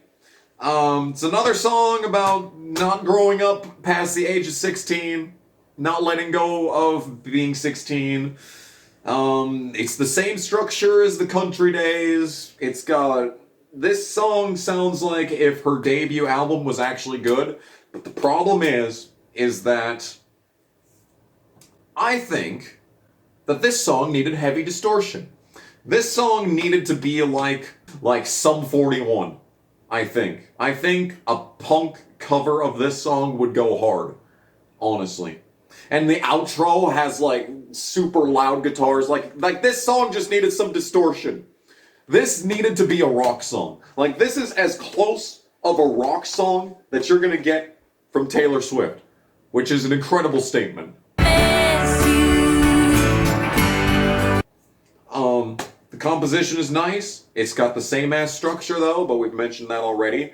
And at the end of this song, she references having the cardigan again. In your cardigan. So, like, I guess there's a motif of cardigans in this album.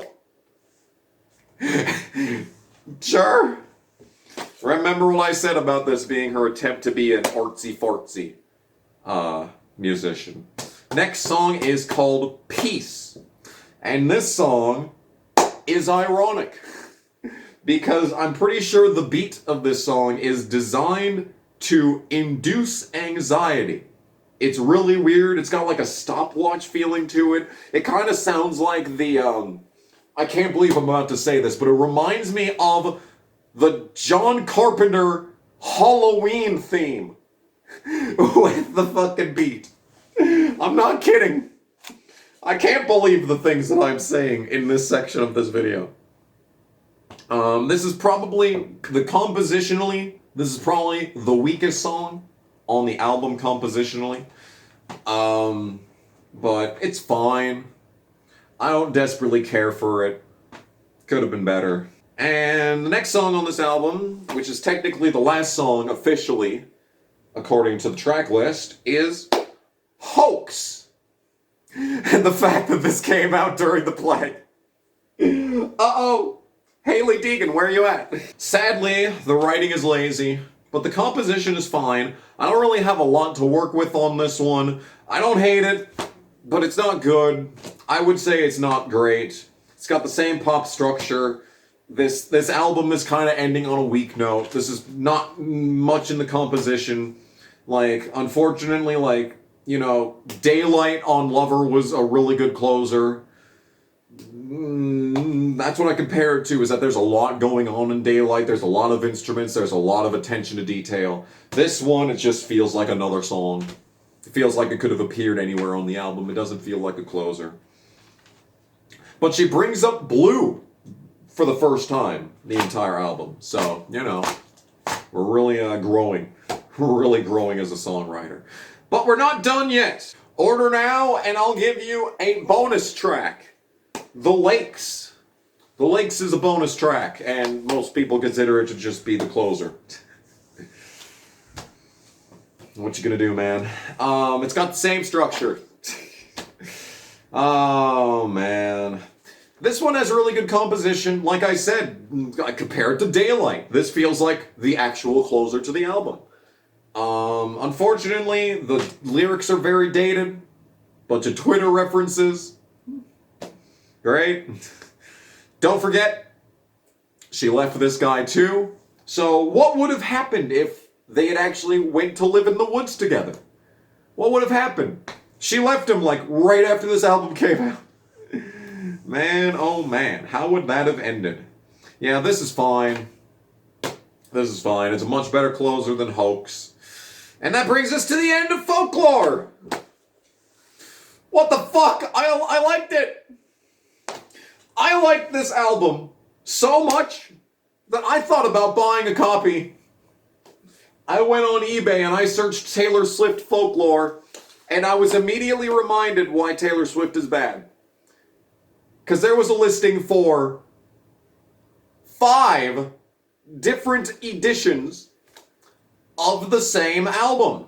And it was at that moment I realized, that's right, this is a product. This isn't art, this is a product. This is a product designed specifically to appeal to the lowest common denominator and sell as many copies as possible. It was never about the art. It was never about the music. It was always about the product. You almost had me, Taylor. You were that close. Just like this album was this close to actually being great. I ain't afraid to admit, I think Folklore was a good album. We're like 3 hours into this video, man. But that means we've only got 2 to go. 2 more albums left. How? How can she follow this one up? Let's find out. That's my man. The next album is Evermore. This album came out 6 months! 6 months after the last one. Was this divinely inspired or boring and tired? Let's find out. I'm so tired, man. But I've got to record all this, and then I got to listen to Midnights, and then I got to record my reaction to Midnights. But we're so close to being done, I just want to get through this. The first song on this album is called Willow. The composition does have some depth to it. It feels like we're picking right where we left off in the previous album. That's not a bad thing. It is the same structure as always, don't worry about that. The line, I mean, this one feels way more poppy. This definitely has a lot more pop tropes like the ahs in the background. And one of these lines is, she comes back stronger than a 90s trend. I come back stronger than a 90s trend.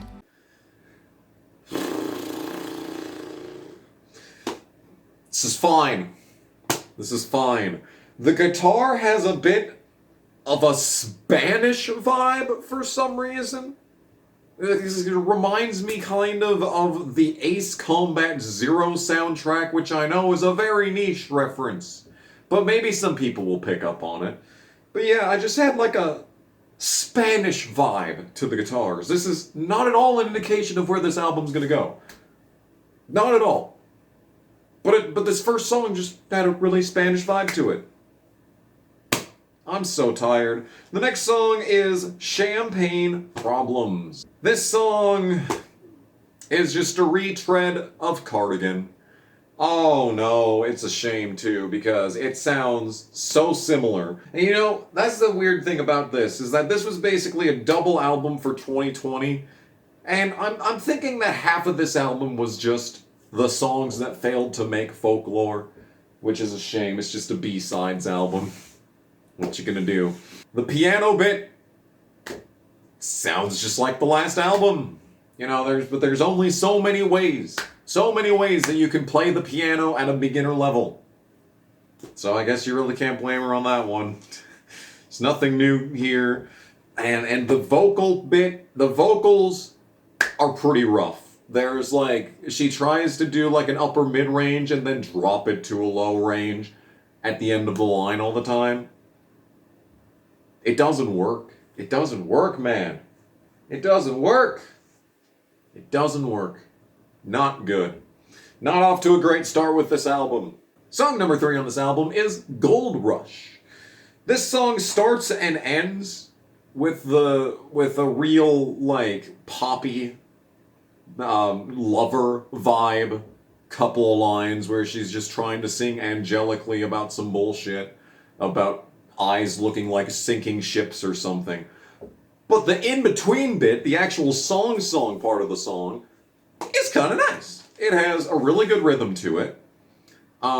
This song is the perfect length, honestly. In general, it's fine. The energy in the actual song part of the song keeps up the whole way. Like, it doesn't, like, you know, meander. The song doesn't meander at all in the middle.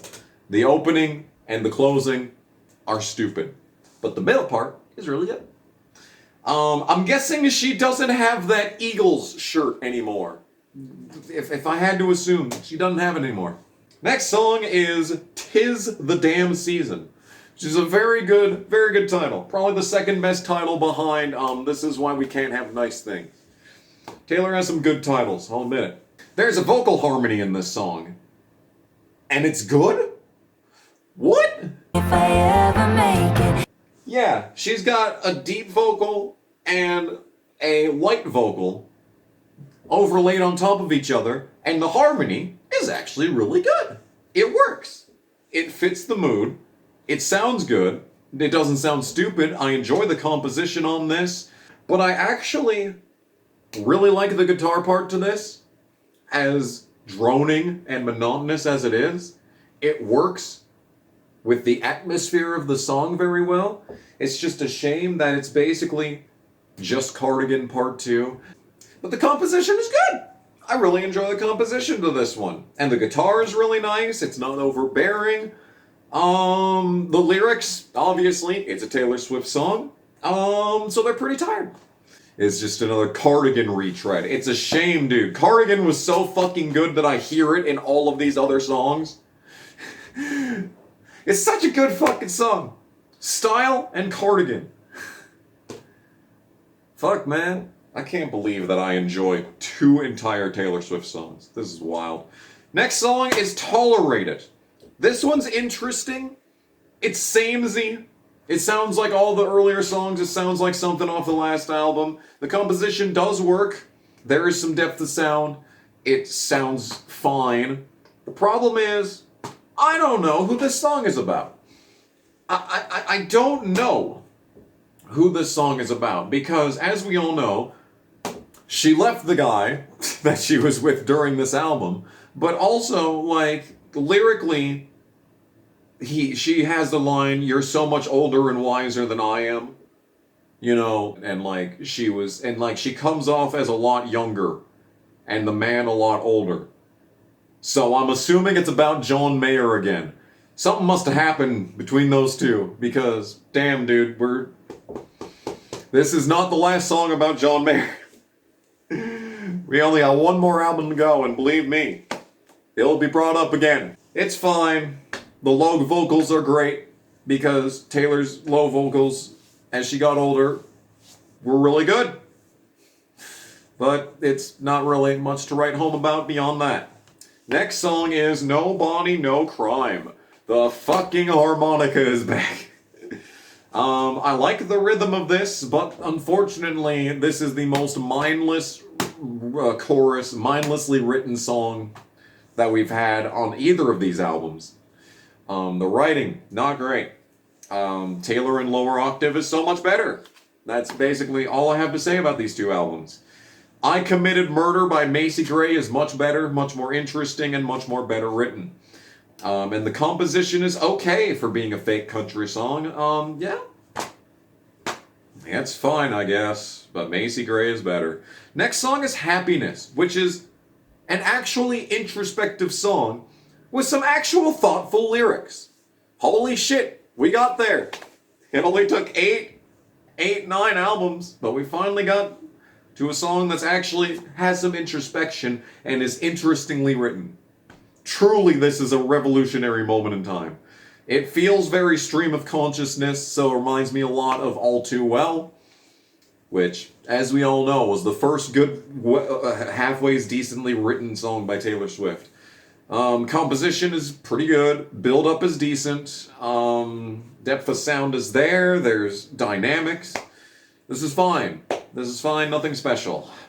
Next song is Dorothea. We're back to playing the piano. Composition is fine. I don't have a whole lot to say on this one. The ending is annoying, where she just goes, ooh, all the time. Yeah, another badly written song. It's just pop shit. It's another annoying hometown story, like she just has no other subjects. And yeah, annoying. Unfortunately, don't recommend it. Next song is Coney Island. Who's this? If I pushed you to the edge. Who's featured on this? Apparently, according to AllMusic, it's just some guy. Okay, his voice is meshing with Taylor's much better than Bon Iver. Can you believe that? It's not the same ass pop structure. Most of the songs so far have been the same ass pop structure, but this one isn't. Cool. Yeah. This is fine. I really don't have any strong opinions on this. The composition in the Coney Island song is better, I'd say, than most that we've had so far. The instrumentations actually have some variety to them and, you know, a depth of sound. So, like, once again, this album is basically just Folklore Part 2, except not as good. How do we compare this? It's like a Disney animated sequel, you know. You got Lion King, critically acclaimed film, stuff of fucking dreams. I never cared for it. And then you got The Lion King 2, which was like straight to DVD.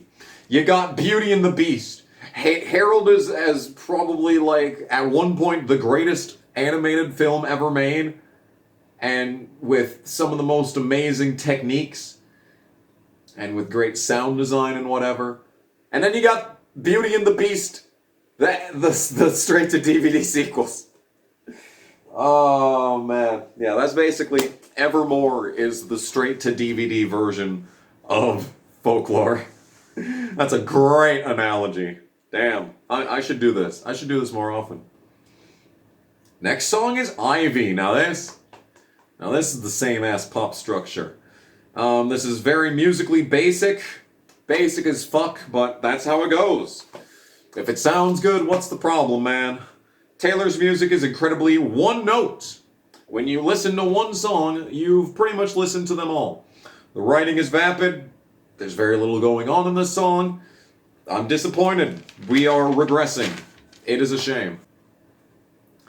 And the next song is Cowboy Like Me. Oh no. Taylor, you are not country, and you never have been. And you're never gonna love again. Liar. Fucking liar. Yeah, this song is boring. It reminds me of the boring old albums. This would have fit pretty well on, like, Speak Now. Except her voice isn't, you know, bad. It's the same ass structure, ladies and gentlemen. Yeah, dumb. I literally wrote go away. You're losing me, Taylor. You had me. You had me locked in. And then this album was just a complete departure from everything good about Folklore and was just, you know, a relapse into the lazy writing and the samey song structure and mediocre instrumentals. You're losing me, woman. You're losing me.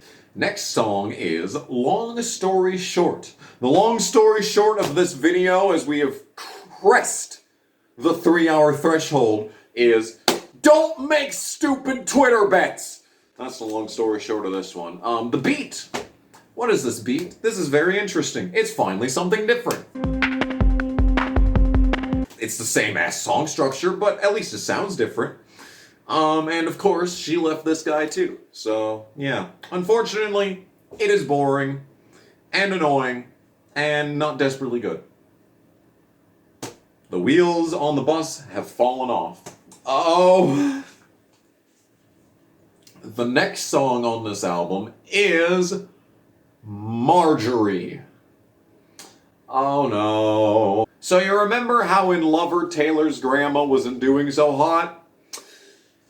Yeah. I am disappointed that this song turned out the way that it did, because this is not as good as Soon You'll Get Better.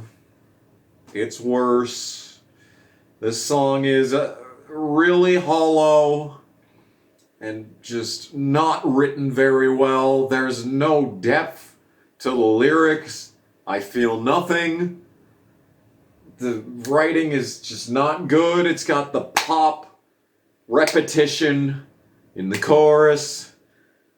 I don't know who's on the backup vocals. There's backup vocals on this, but AllMusic doesn't tell me who it is. The backup vocals take away from it big time. Yeah, this is pretty weak. This is pretty weak. And like the final verse where she's recounting how they went to the lake and stuff, and it's just, I don't feel anything. This is ringing so hollow. I mean, I can't believe that Cardigan made me feel a ton of emotion. And yet this tribute by Taylor Swift to her grandma makes me feel nothing. I'm sorry. I don't care for this. It is weak. I'm sorry. The next song is Closure. Another unusual beat to this one. Composition is a bit on the unusual side. It is, of course, the same as song structure, but it sounds fresh. It does indeed sound fresh. I'm just glad to hear something that sounds different, something that we didn't hear before on Folklore or earlier in this album. It sounds very unique, but it's not desperately amazing. Not written very well, and all that good stuff. Now, we get to the official final song on this album, Evermore. Is that Call Me by Shinedown? Yeah. The piano lead is pretty good. I mean, it's still just... It sounds like every other song with a piano lead, but in this one, there's actually a bit more bass to it, which adds to the depth. It is, of course, the same as structure, and the writing isn't anything special, nothing to write home about. But then, there's an interruption, and of course, it's fucking Bon Iver, here to ruin everything. Yeah, actually, it's a very interesting idea. To have, you know, the piano-led song, piano-driven with the bass and everything, and then just out of nowhere, it's just a completely different song. I'm sure this has been done plenty of times, and I could probably think of a time that it happened off the top of my head if I actually, you know, wasn't 75% of the way asleep by now. But it's still a good idea. It was still a good idea, just not an idea that I would do on the title track of the album. And I wouldn't have done it with fucking Bon Iver. I hate Bon Iver. Honest, I've decided I hate Bon Iver. Yeah.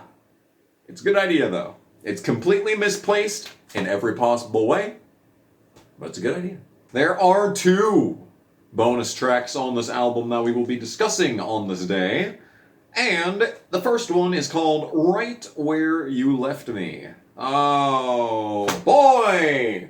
This sounds like it could have come off of Red. That's not a good thing. Yeah, I actually think the composition is fine and acoustically it works. But unfortunately, it is indeed the same exact song as always. This is just basically like the inverse of Begin Again, where instead of finding love at a cafe, the love ends at a cafe. I don't know, man. It sounds fine, but it's boring and tired, like me. Final song on this album is called It's Time to Go. This is fine. This song is interesting in that it does do a very good build-up. The composition's fine. Sound depth is very good. And then towards the end of the song, more instruments join and it gets louder. And yeah, and the ending transition is very good. You know, Taylor would be the one out of anyone in the world to know when it's time to go. I'm gonna trust Taylor Swift's judgment on that one. And that is Evermore. Oof. That's a shame.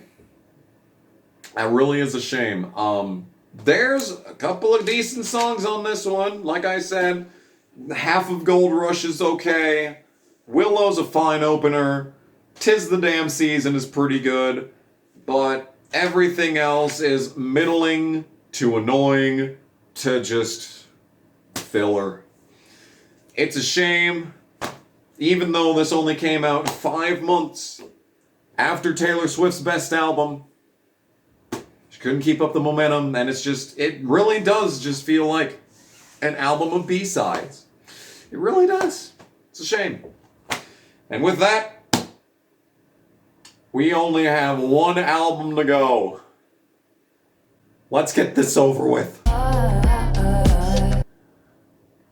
The final album is Midnights. Midnights came out in 2022. It's the most recent album by Taylor Swift as of this recording. My sister, who you'll remember from the start of this video, oh so long ago, was the one who was, you know, just gonna be a super fan of Taylor Swift from the age of 2. She got this album on vinyl for Christmas.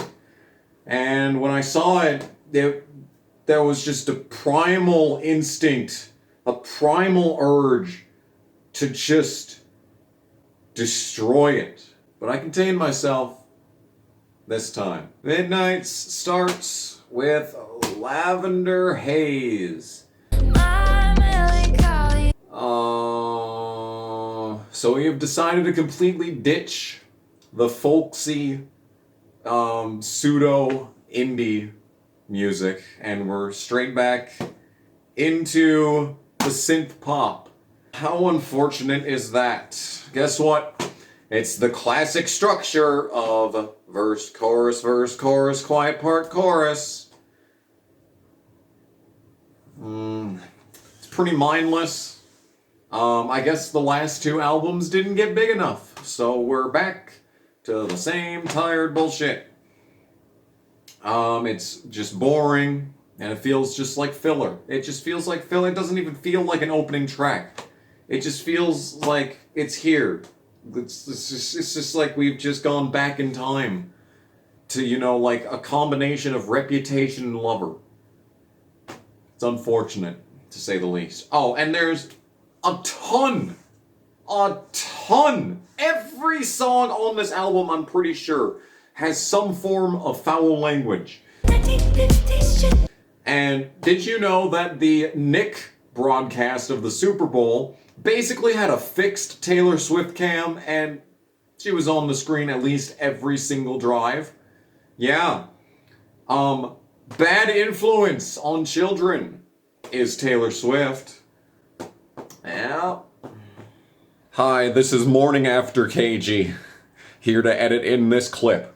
I know that I can't say shit when the best song that I've ever written is called Fuck Your Test, but I've never tried to market myself to children. I'm gonna leave it at that. But that doesn't really matter at this point. Who cares? Maroon is the next song. Boy, we haven't done this before. Same fucking structure. Nothing is happening. It doesn't feel honest at all. It's just boring. It's nothing in the composition. It's just the most stripped back pop beat that you can imagine, with some sound effects every once in a while. There's no bass. There's no depth. It's boring. I hate this. Next song is Anti-Hero. It's got annoying lyrics. The writing is tired. It's the same fucking structure. At least she finally realizes that she's the problem. That only took 15 years. And this song annoys me a lot because the lyrics are pretty funny. It's me, hi, I'm the problem. It's got a novelty to it. But the problem is that it's the exact rhythm and cadence as, what's the name of the song? Where is it at? Where to go? Same exact rhythm as I Think He Knows off of Lover. He's got my heart beat, skipping down 16th Avenue. It's me, hi, I'm the problem, it's me. Oh my god, it's the same song with different lyrics. I am so tired. Next song is Snow on the Beach. This song had potential. Unfortunately, she decided to have the most insufferable opening that you've ever heard. Moons ago, I She's doing the increasing my voice constantly thing, which has never been appealing. It's never been good. Why are you doing this? And it's annoying as fuck. After the opening, it gets better, but it still feels fake. She was clean as fuck, but now it's like snow on the beach. Weird but fucking beautiful. She's just... I mean, we just got to the point where in modern day 2022, it's popular to put bad words in your music, so in pop music, so that's why we're doing it. It feels so fake. It's got mind-numbing writing. It's boring. There are so many vocal effects. It's just absolutely awash in overproduction. I'm not having a good time, man. I'm not having a good time. Speaking of having a good time, the next song is You're on Your Own, Kid. It's the same fucking structure. But it's short. It is short. There's not a whole lot happening. The writing is annoying like always. The instrumental is unusual, but at least it's different. At least there is an instrumental. Hard pressed to find an instrumental in this album so far. This is the least bad so far. The build-up is okay. But it's annoying. It's just so annoying. And now it's Midnight Rain. Driving me insane. Yeah, it's got an annoying outro, an annoying chorus. Haven't we done this already? It's so annoying. I haven't been this annoyed since Lover. I wrote that. Doesn't sound good at all. It has all the bad pop tropes. It has the repetition. It has the annoying pop sound effects. I don't know, man. I'm so tired. Can we... And this is like the title track-ish. Almost.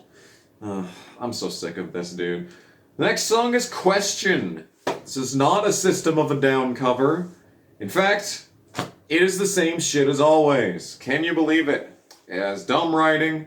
It has a beat that comes in at halfway, which sets it apart from the others. Unfortunately, it's the same 2-word or 2-syllable verse shit, where she's just like, 2 words, say them, next line, do it again. It's... you hear it so often, but it's literally like, the same... I don't know why my leg itches so much right now. It's the same fucking goddamn rhythm as Midnight Rain. It's just so boring. Well, actually, no, this one's not boring. It's got good composition and some actual depth to it, but the lyrics and writing are terrible. So that's wonderful. Next up is Vigilante Shit. No, this is not a reference to Waylon Jennings' Outlaw Shit. It's more like, same as shit! Same as shit! It's very boring. There's no composition. It's girl power again, because of course it is. Target audience and whatnot. There's fucking dubstep again. It's just so nothing. There's nothing going on. It's just Taylor Swift being a bitch. What can I say, man? What can I say? Next song is Bejeweled. Was this made on a fucking Casio keyboard, dude? It sounds so dated and so basic. It's the same pop structure. It's got annoying pop sounds. The lyrics are stupid. But it's musically not obnoxious, I will say. Out of everything that we've listened to so far, at least it's not obnoxious. Next up is Labyrinth. Sonic Labyrinth is the reference I'm going to go with for this one. Man, what is this? We got more pop sounds. We've got absolutely mindless lyrics. It's annoying and painful. I am not enjoying this album at all. We've got more overproduction and way too many vocal effects. Sounds very stupid. This is only 4 minutes, and yet it feels like a lifetime. It sounds so bad, and I am annoyed by it. Next song is Karma. Oh my god. An actual beat. Holy shit. The writing is insufferable. It's the same ass structure, but at least it doesn't sound like everything else we've heard so far. Ask anyone why she's still here. I'm gonna go with astroturfing, and yeah, astroturfing. That's how you're still here.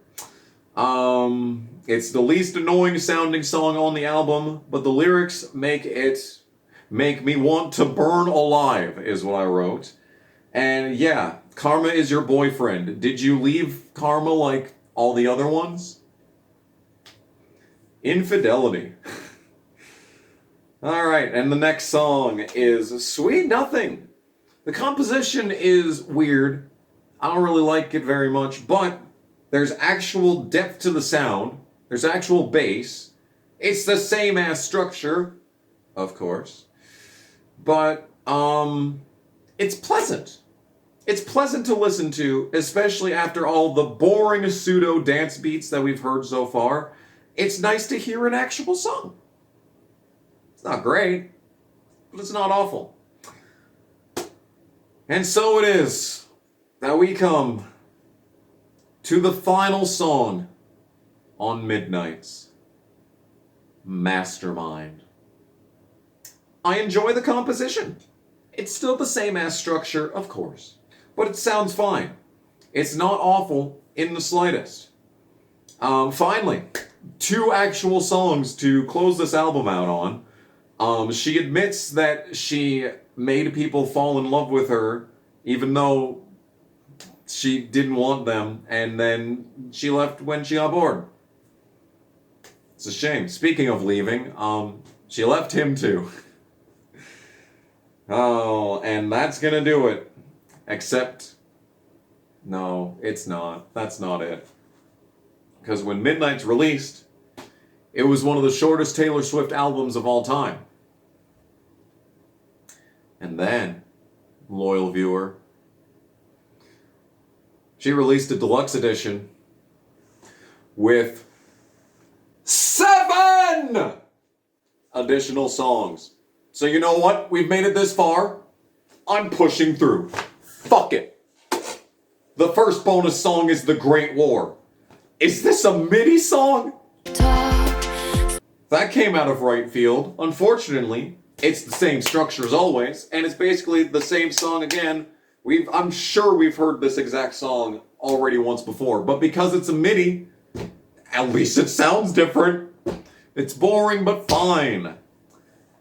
Next song is Bigger Than the Whole Sky, and I bet you're out there watching this video thinking, oh no, it's another Taylor Swift tribute song and KG's gonna spurg out about it being not good. Hold your horses. This is the best written tribute song that Taylor ever has made. It's well composed, there's depth to the sound. It sounds actually good. Why wasn't this on the album? It sounds so good. This song is about a miscarriage. Ow. But I felt actual emotion while listening to this. This felt like, I don't know if it's the journey that I've been on over the course of this video or what, but I actually felt sad. I actually teared up a little listening to this. This was a good song. This was a well-written, not necessarily groundbreaking by any stretch of the imagination, but I felt something. I felt something. It only took 3 tribute songs for it to happen. But we finally got there. Miracles, ladies and gentlemen. Next song is Paris, bruh. This just feels like a B-side from this album. It could have fit on here anywhere. It's pretty vapid. It's got the same fucking song structure. Sound is fine. The opening is dumb. But the rest is, you know, serviceable. And it's short. And it is short, which is never a problem, especially this deep into the video. Next song is High Infidelity. Didn't we do this song already with Illicit Affairs or whatever it was called? I mean, it's fine. It's boring, but it's not offensive. It just sounds like filler. Lazy writing, same ass structure. What do you want me to say? Now, next song is Glitch. It still manages to be the exact same structure as always. Despite being the actual shortest Taylor Swift song, clocking in at 2 minutes and 29 seconds, it still manages to be the same as structure. What is wrong with her voice in the second chorus? I think there's been a glitch. That's not good. That is not very good.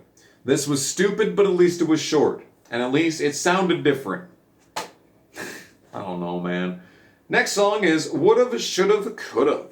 The composition on this one is actually pretty interesting. There's good build-up and there's some good depth. The sound on this one is actually really nice. As weird as the subject matter is, I actually kind of enjoyed this song. Pretty sure it's, once again, about John Mayer, because she brings up being 19.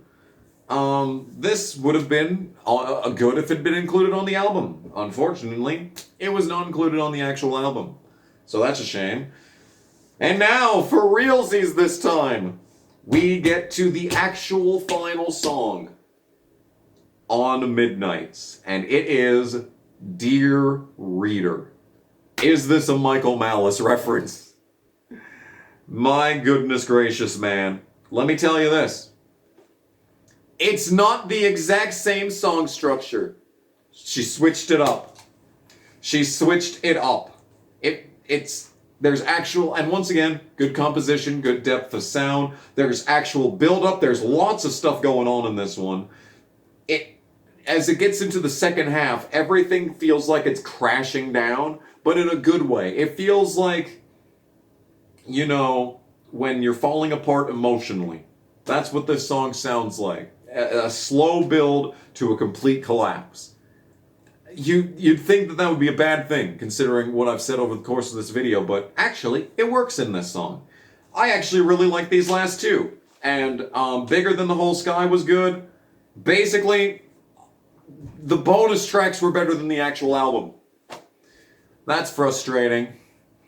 And with that, we've reached the end of the line. It's over. I've reviewed every Taylor Swift album from start to finish. It's over. We did it. We made it. We finally made it to the end of this nonsense. Oh my God. All this from the beginning. From the humble beginnings of just being a generic country singer all the way to the middle when she went full pop.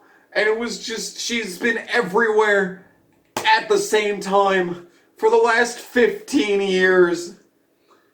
And where should we go from here? Ladies and gentlemen, there is a new album coming out in 2 months. But at the end of the line, after all this, how do I rank Taylor Swift's discography? Starting from the bottom, coming in at number 10, the worst Taylor Swift album is Fearless. Of course it's Fearless. Fuck this fucking album. Fuck everything about it. Fuck my fucking life when this shit was coming out and all the shit that I had to put up with during the time that this shit was popular. Fuck this album and every song on it. Coming in at number 9 is Red. Just sad, pathetic excuse of an album. The most thinly veiled pop songs pretending to be country songs with a bunch of insufferably awful songs rested at the fucking fingertips of Max Martin. And then the terrible country songs that played on the country station at the fucking grocery store when I worked there in high school. And I had to listen to this garbage every single day. Red is terrible. Number 8 is Speak Now. horrendously boring, and most of these hits could have come on Fearless. Or, yeah. I don't know what else to say. And it's so long and unbearably drug out. It just never ends, and it just keeps going, and nothing happens for the majority of the album. It's a bunch of the same songs over and over, and it just keeps fucking going. The songs are so long, and she does nothing with them. Speak Now is terrible. Coming in at number 7 is Taylor Swift. On any given day, you could probably reshuffle all four, well, the Taylor Swift Speak Now in red you could reshuffle around here on any given day. But I appreciate I'm Only Me When I'm With You, because it sounds different. Speak Now all sounds the same. Red is stupid and Fearless is awful. But at least there's one song that's actually somewhat different on this album. And I did like Teardrops on My Guitar, but after all this time and listening to all these fucking songs, I see how just derivative it is of everything else. And the edgy lyrics were taken out on every version that I listened to. And it's just so dumb. So very dumb. And I mean, when I was really little and this had just come out and I was just sitting there 9 years old listening to this music, I sang along with it. I enjoyed it at one point when I was really little and really stupid. Can't make excuses. Coming in at number 6 is Lover. This album is mostly bad. There's the Daylight I did enjoy. Actually, I'm going to say at this point that I enjoy Daylight, but for the most part, these are all just samey songs. You got the same song twice with I Forgot You Existed and You Need to Calm Down. Paper Rings is insufferable, but that was the only song that it was painful to listen to. Everything else, this is just some fine background filler music. I don't actively want to self-harm while listening to Lover, for the most part. Coming in at number 5, 1989. I had this one down lower in my original ranking because when it's bad on this album, it just is unapologetic in its awfulness. Welcome to New York is terrible. Out of the Woods is terrible. All You Had to Do Was Stay is terrible. Shake It Off is so annoying. Bad Blood is annoying. Wildest Dreams is annoying. I Know Place is annoying. Clean is annoying. But what 1989 lacks in goodness, it makes up for in the fact that it has the first Taylor Swift song that I actually liked. Style is so good. It's so good, especially compared to everything else. Everything else. And then you have New Romantic as a bonus track, which helps bring it up above Lover. Coming in at number 4, Reputation. It's the lowest rated album on AllMusic, but I appreciate this for just sounding different. Even if it is a pseudo-rap R&B album, the opening track makes it seem like it's going to be fun, but then it just kind of takes itself down from there. The features are not good. Look What You Made Me Do is really bad. But, Getaway Car is fine. This Is Why We Can't Have Nice Things is fun. It's a fun title. And then New Year's Day. New Year's Day is just such a strong closer. It's a good preview of what was to come. Reputation comes in 4th. Number 3, Midnights. This album is pretty much just trite. It's ham-fisted. There's very little in the way of actual composition for the most part. Half this album is just mindless filler, but the other half, mostly the bonus tracks, there are some strong songs on there that aren't insufferable. And yeah, Midnights comes in 3rd. Number 2, Evermore.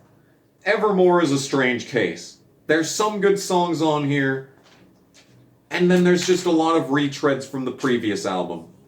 It could have been better, but it also could have been worse. This is a solid 5 out of 10 album, which puts it as good enough to be the 2nd best Taylor Swift album of all time. And with that, The #1 best Taylor Swift album is Folklore. Cardigan is amazing. I'm willing to put that at 9 out of 10. 9 out of 10 song. The rest of the album could have just been, you know, 1989, and it probably would have still made the top 3. Yeah, Folklore was shockingly good. I could not believe it as I was listening to it, how much I enjoyed it. It's honestly incredible. I recommend the majority of it, but I recommend, you know, Cardigan, obviously. Betty is fun. If it would have been more fun if she'd used distortion. Illicit Affairs is okay. This Is Me Trying is fine. Exile is good. My Tears Ricochet is okay. Last Dynasty is annoying, and the one is probably one of the weaker ones on the album, so it's frustrating that it starts with that, but... And then The Lakes as a closer is okay. Now, curiously, you'll notice that Taylor Swift's 3 most recent albums are the top 3 albums of all time by Taylor Swift. So I'm curious. I'm considering doing a review for her next album. The Tortured Poets Society, or whatever the fuck she's calling it. I am very much considering reviewing that album. I mean, just to complete the circle, I guess, would probably be for the best. And also, it might not take 2 weeks to review one album. So we'll see about that. But man, I'm sorry for making you sit through this. I'm sorry for everything, honestly. This video is way too long. I have talked for way too long. It is 2:30 a.m. I am so tired, and I just want to go to bed. So there you have it. I honestly did not expect to find 2 songs that I actually legitimately like, and not in an ironic way. Style is so good. Cardigan is great. I really like Cardigan. I'm sorry. I really do. So, there you have it.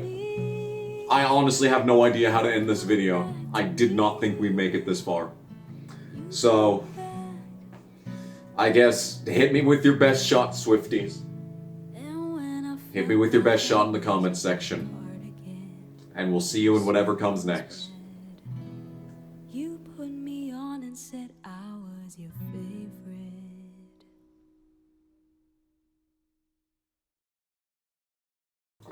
So I think this one is about Joe Jonas, but I have way too much of a life to keep up with Tails. Fuck. I'm gonna cut that out, honestly. That doesn't make any sense at all. Not very hipster of you. To be- Shut the fuck up! Get a hybrid, you annoying cunt. Shut up! I know you can hear this still. I know you can hear this. Get a fucking hybrid. Where even was I? Yeah, look at that. Just 4 messages. All at once. Leave me alone. I'm so close to being done with this. Can I just slide out here at some point, please? Oh my fucking god. Oh. I'm gonna feel that tomorrow. Epiphany is a fun word to say. This fucking motorcycle, I swear to God, I am going to stand outside with like a stick and just hold it out in front of the fucking road. I swear to you. This video is gonna appear in court. This video is gonna appear in court. Premeditated.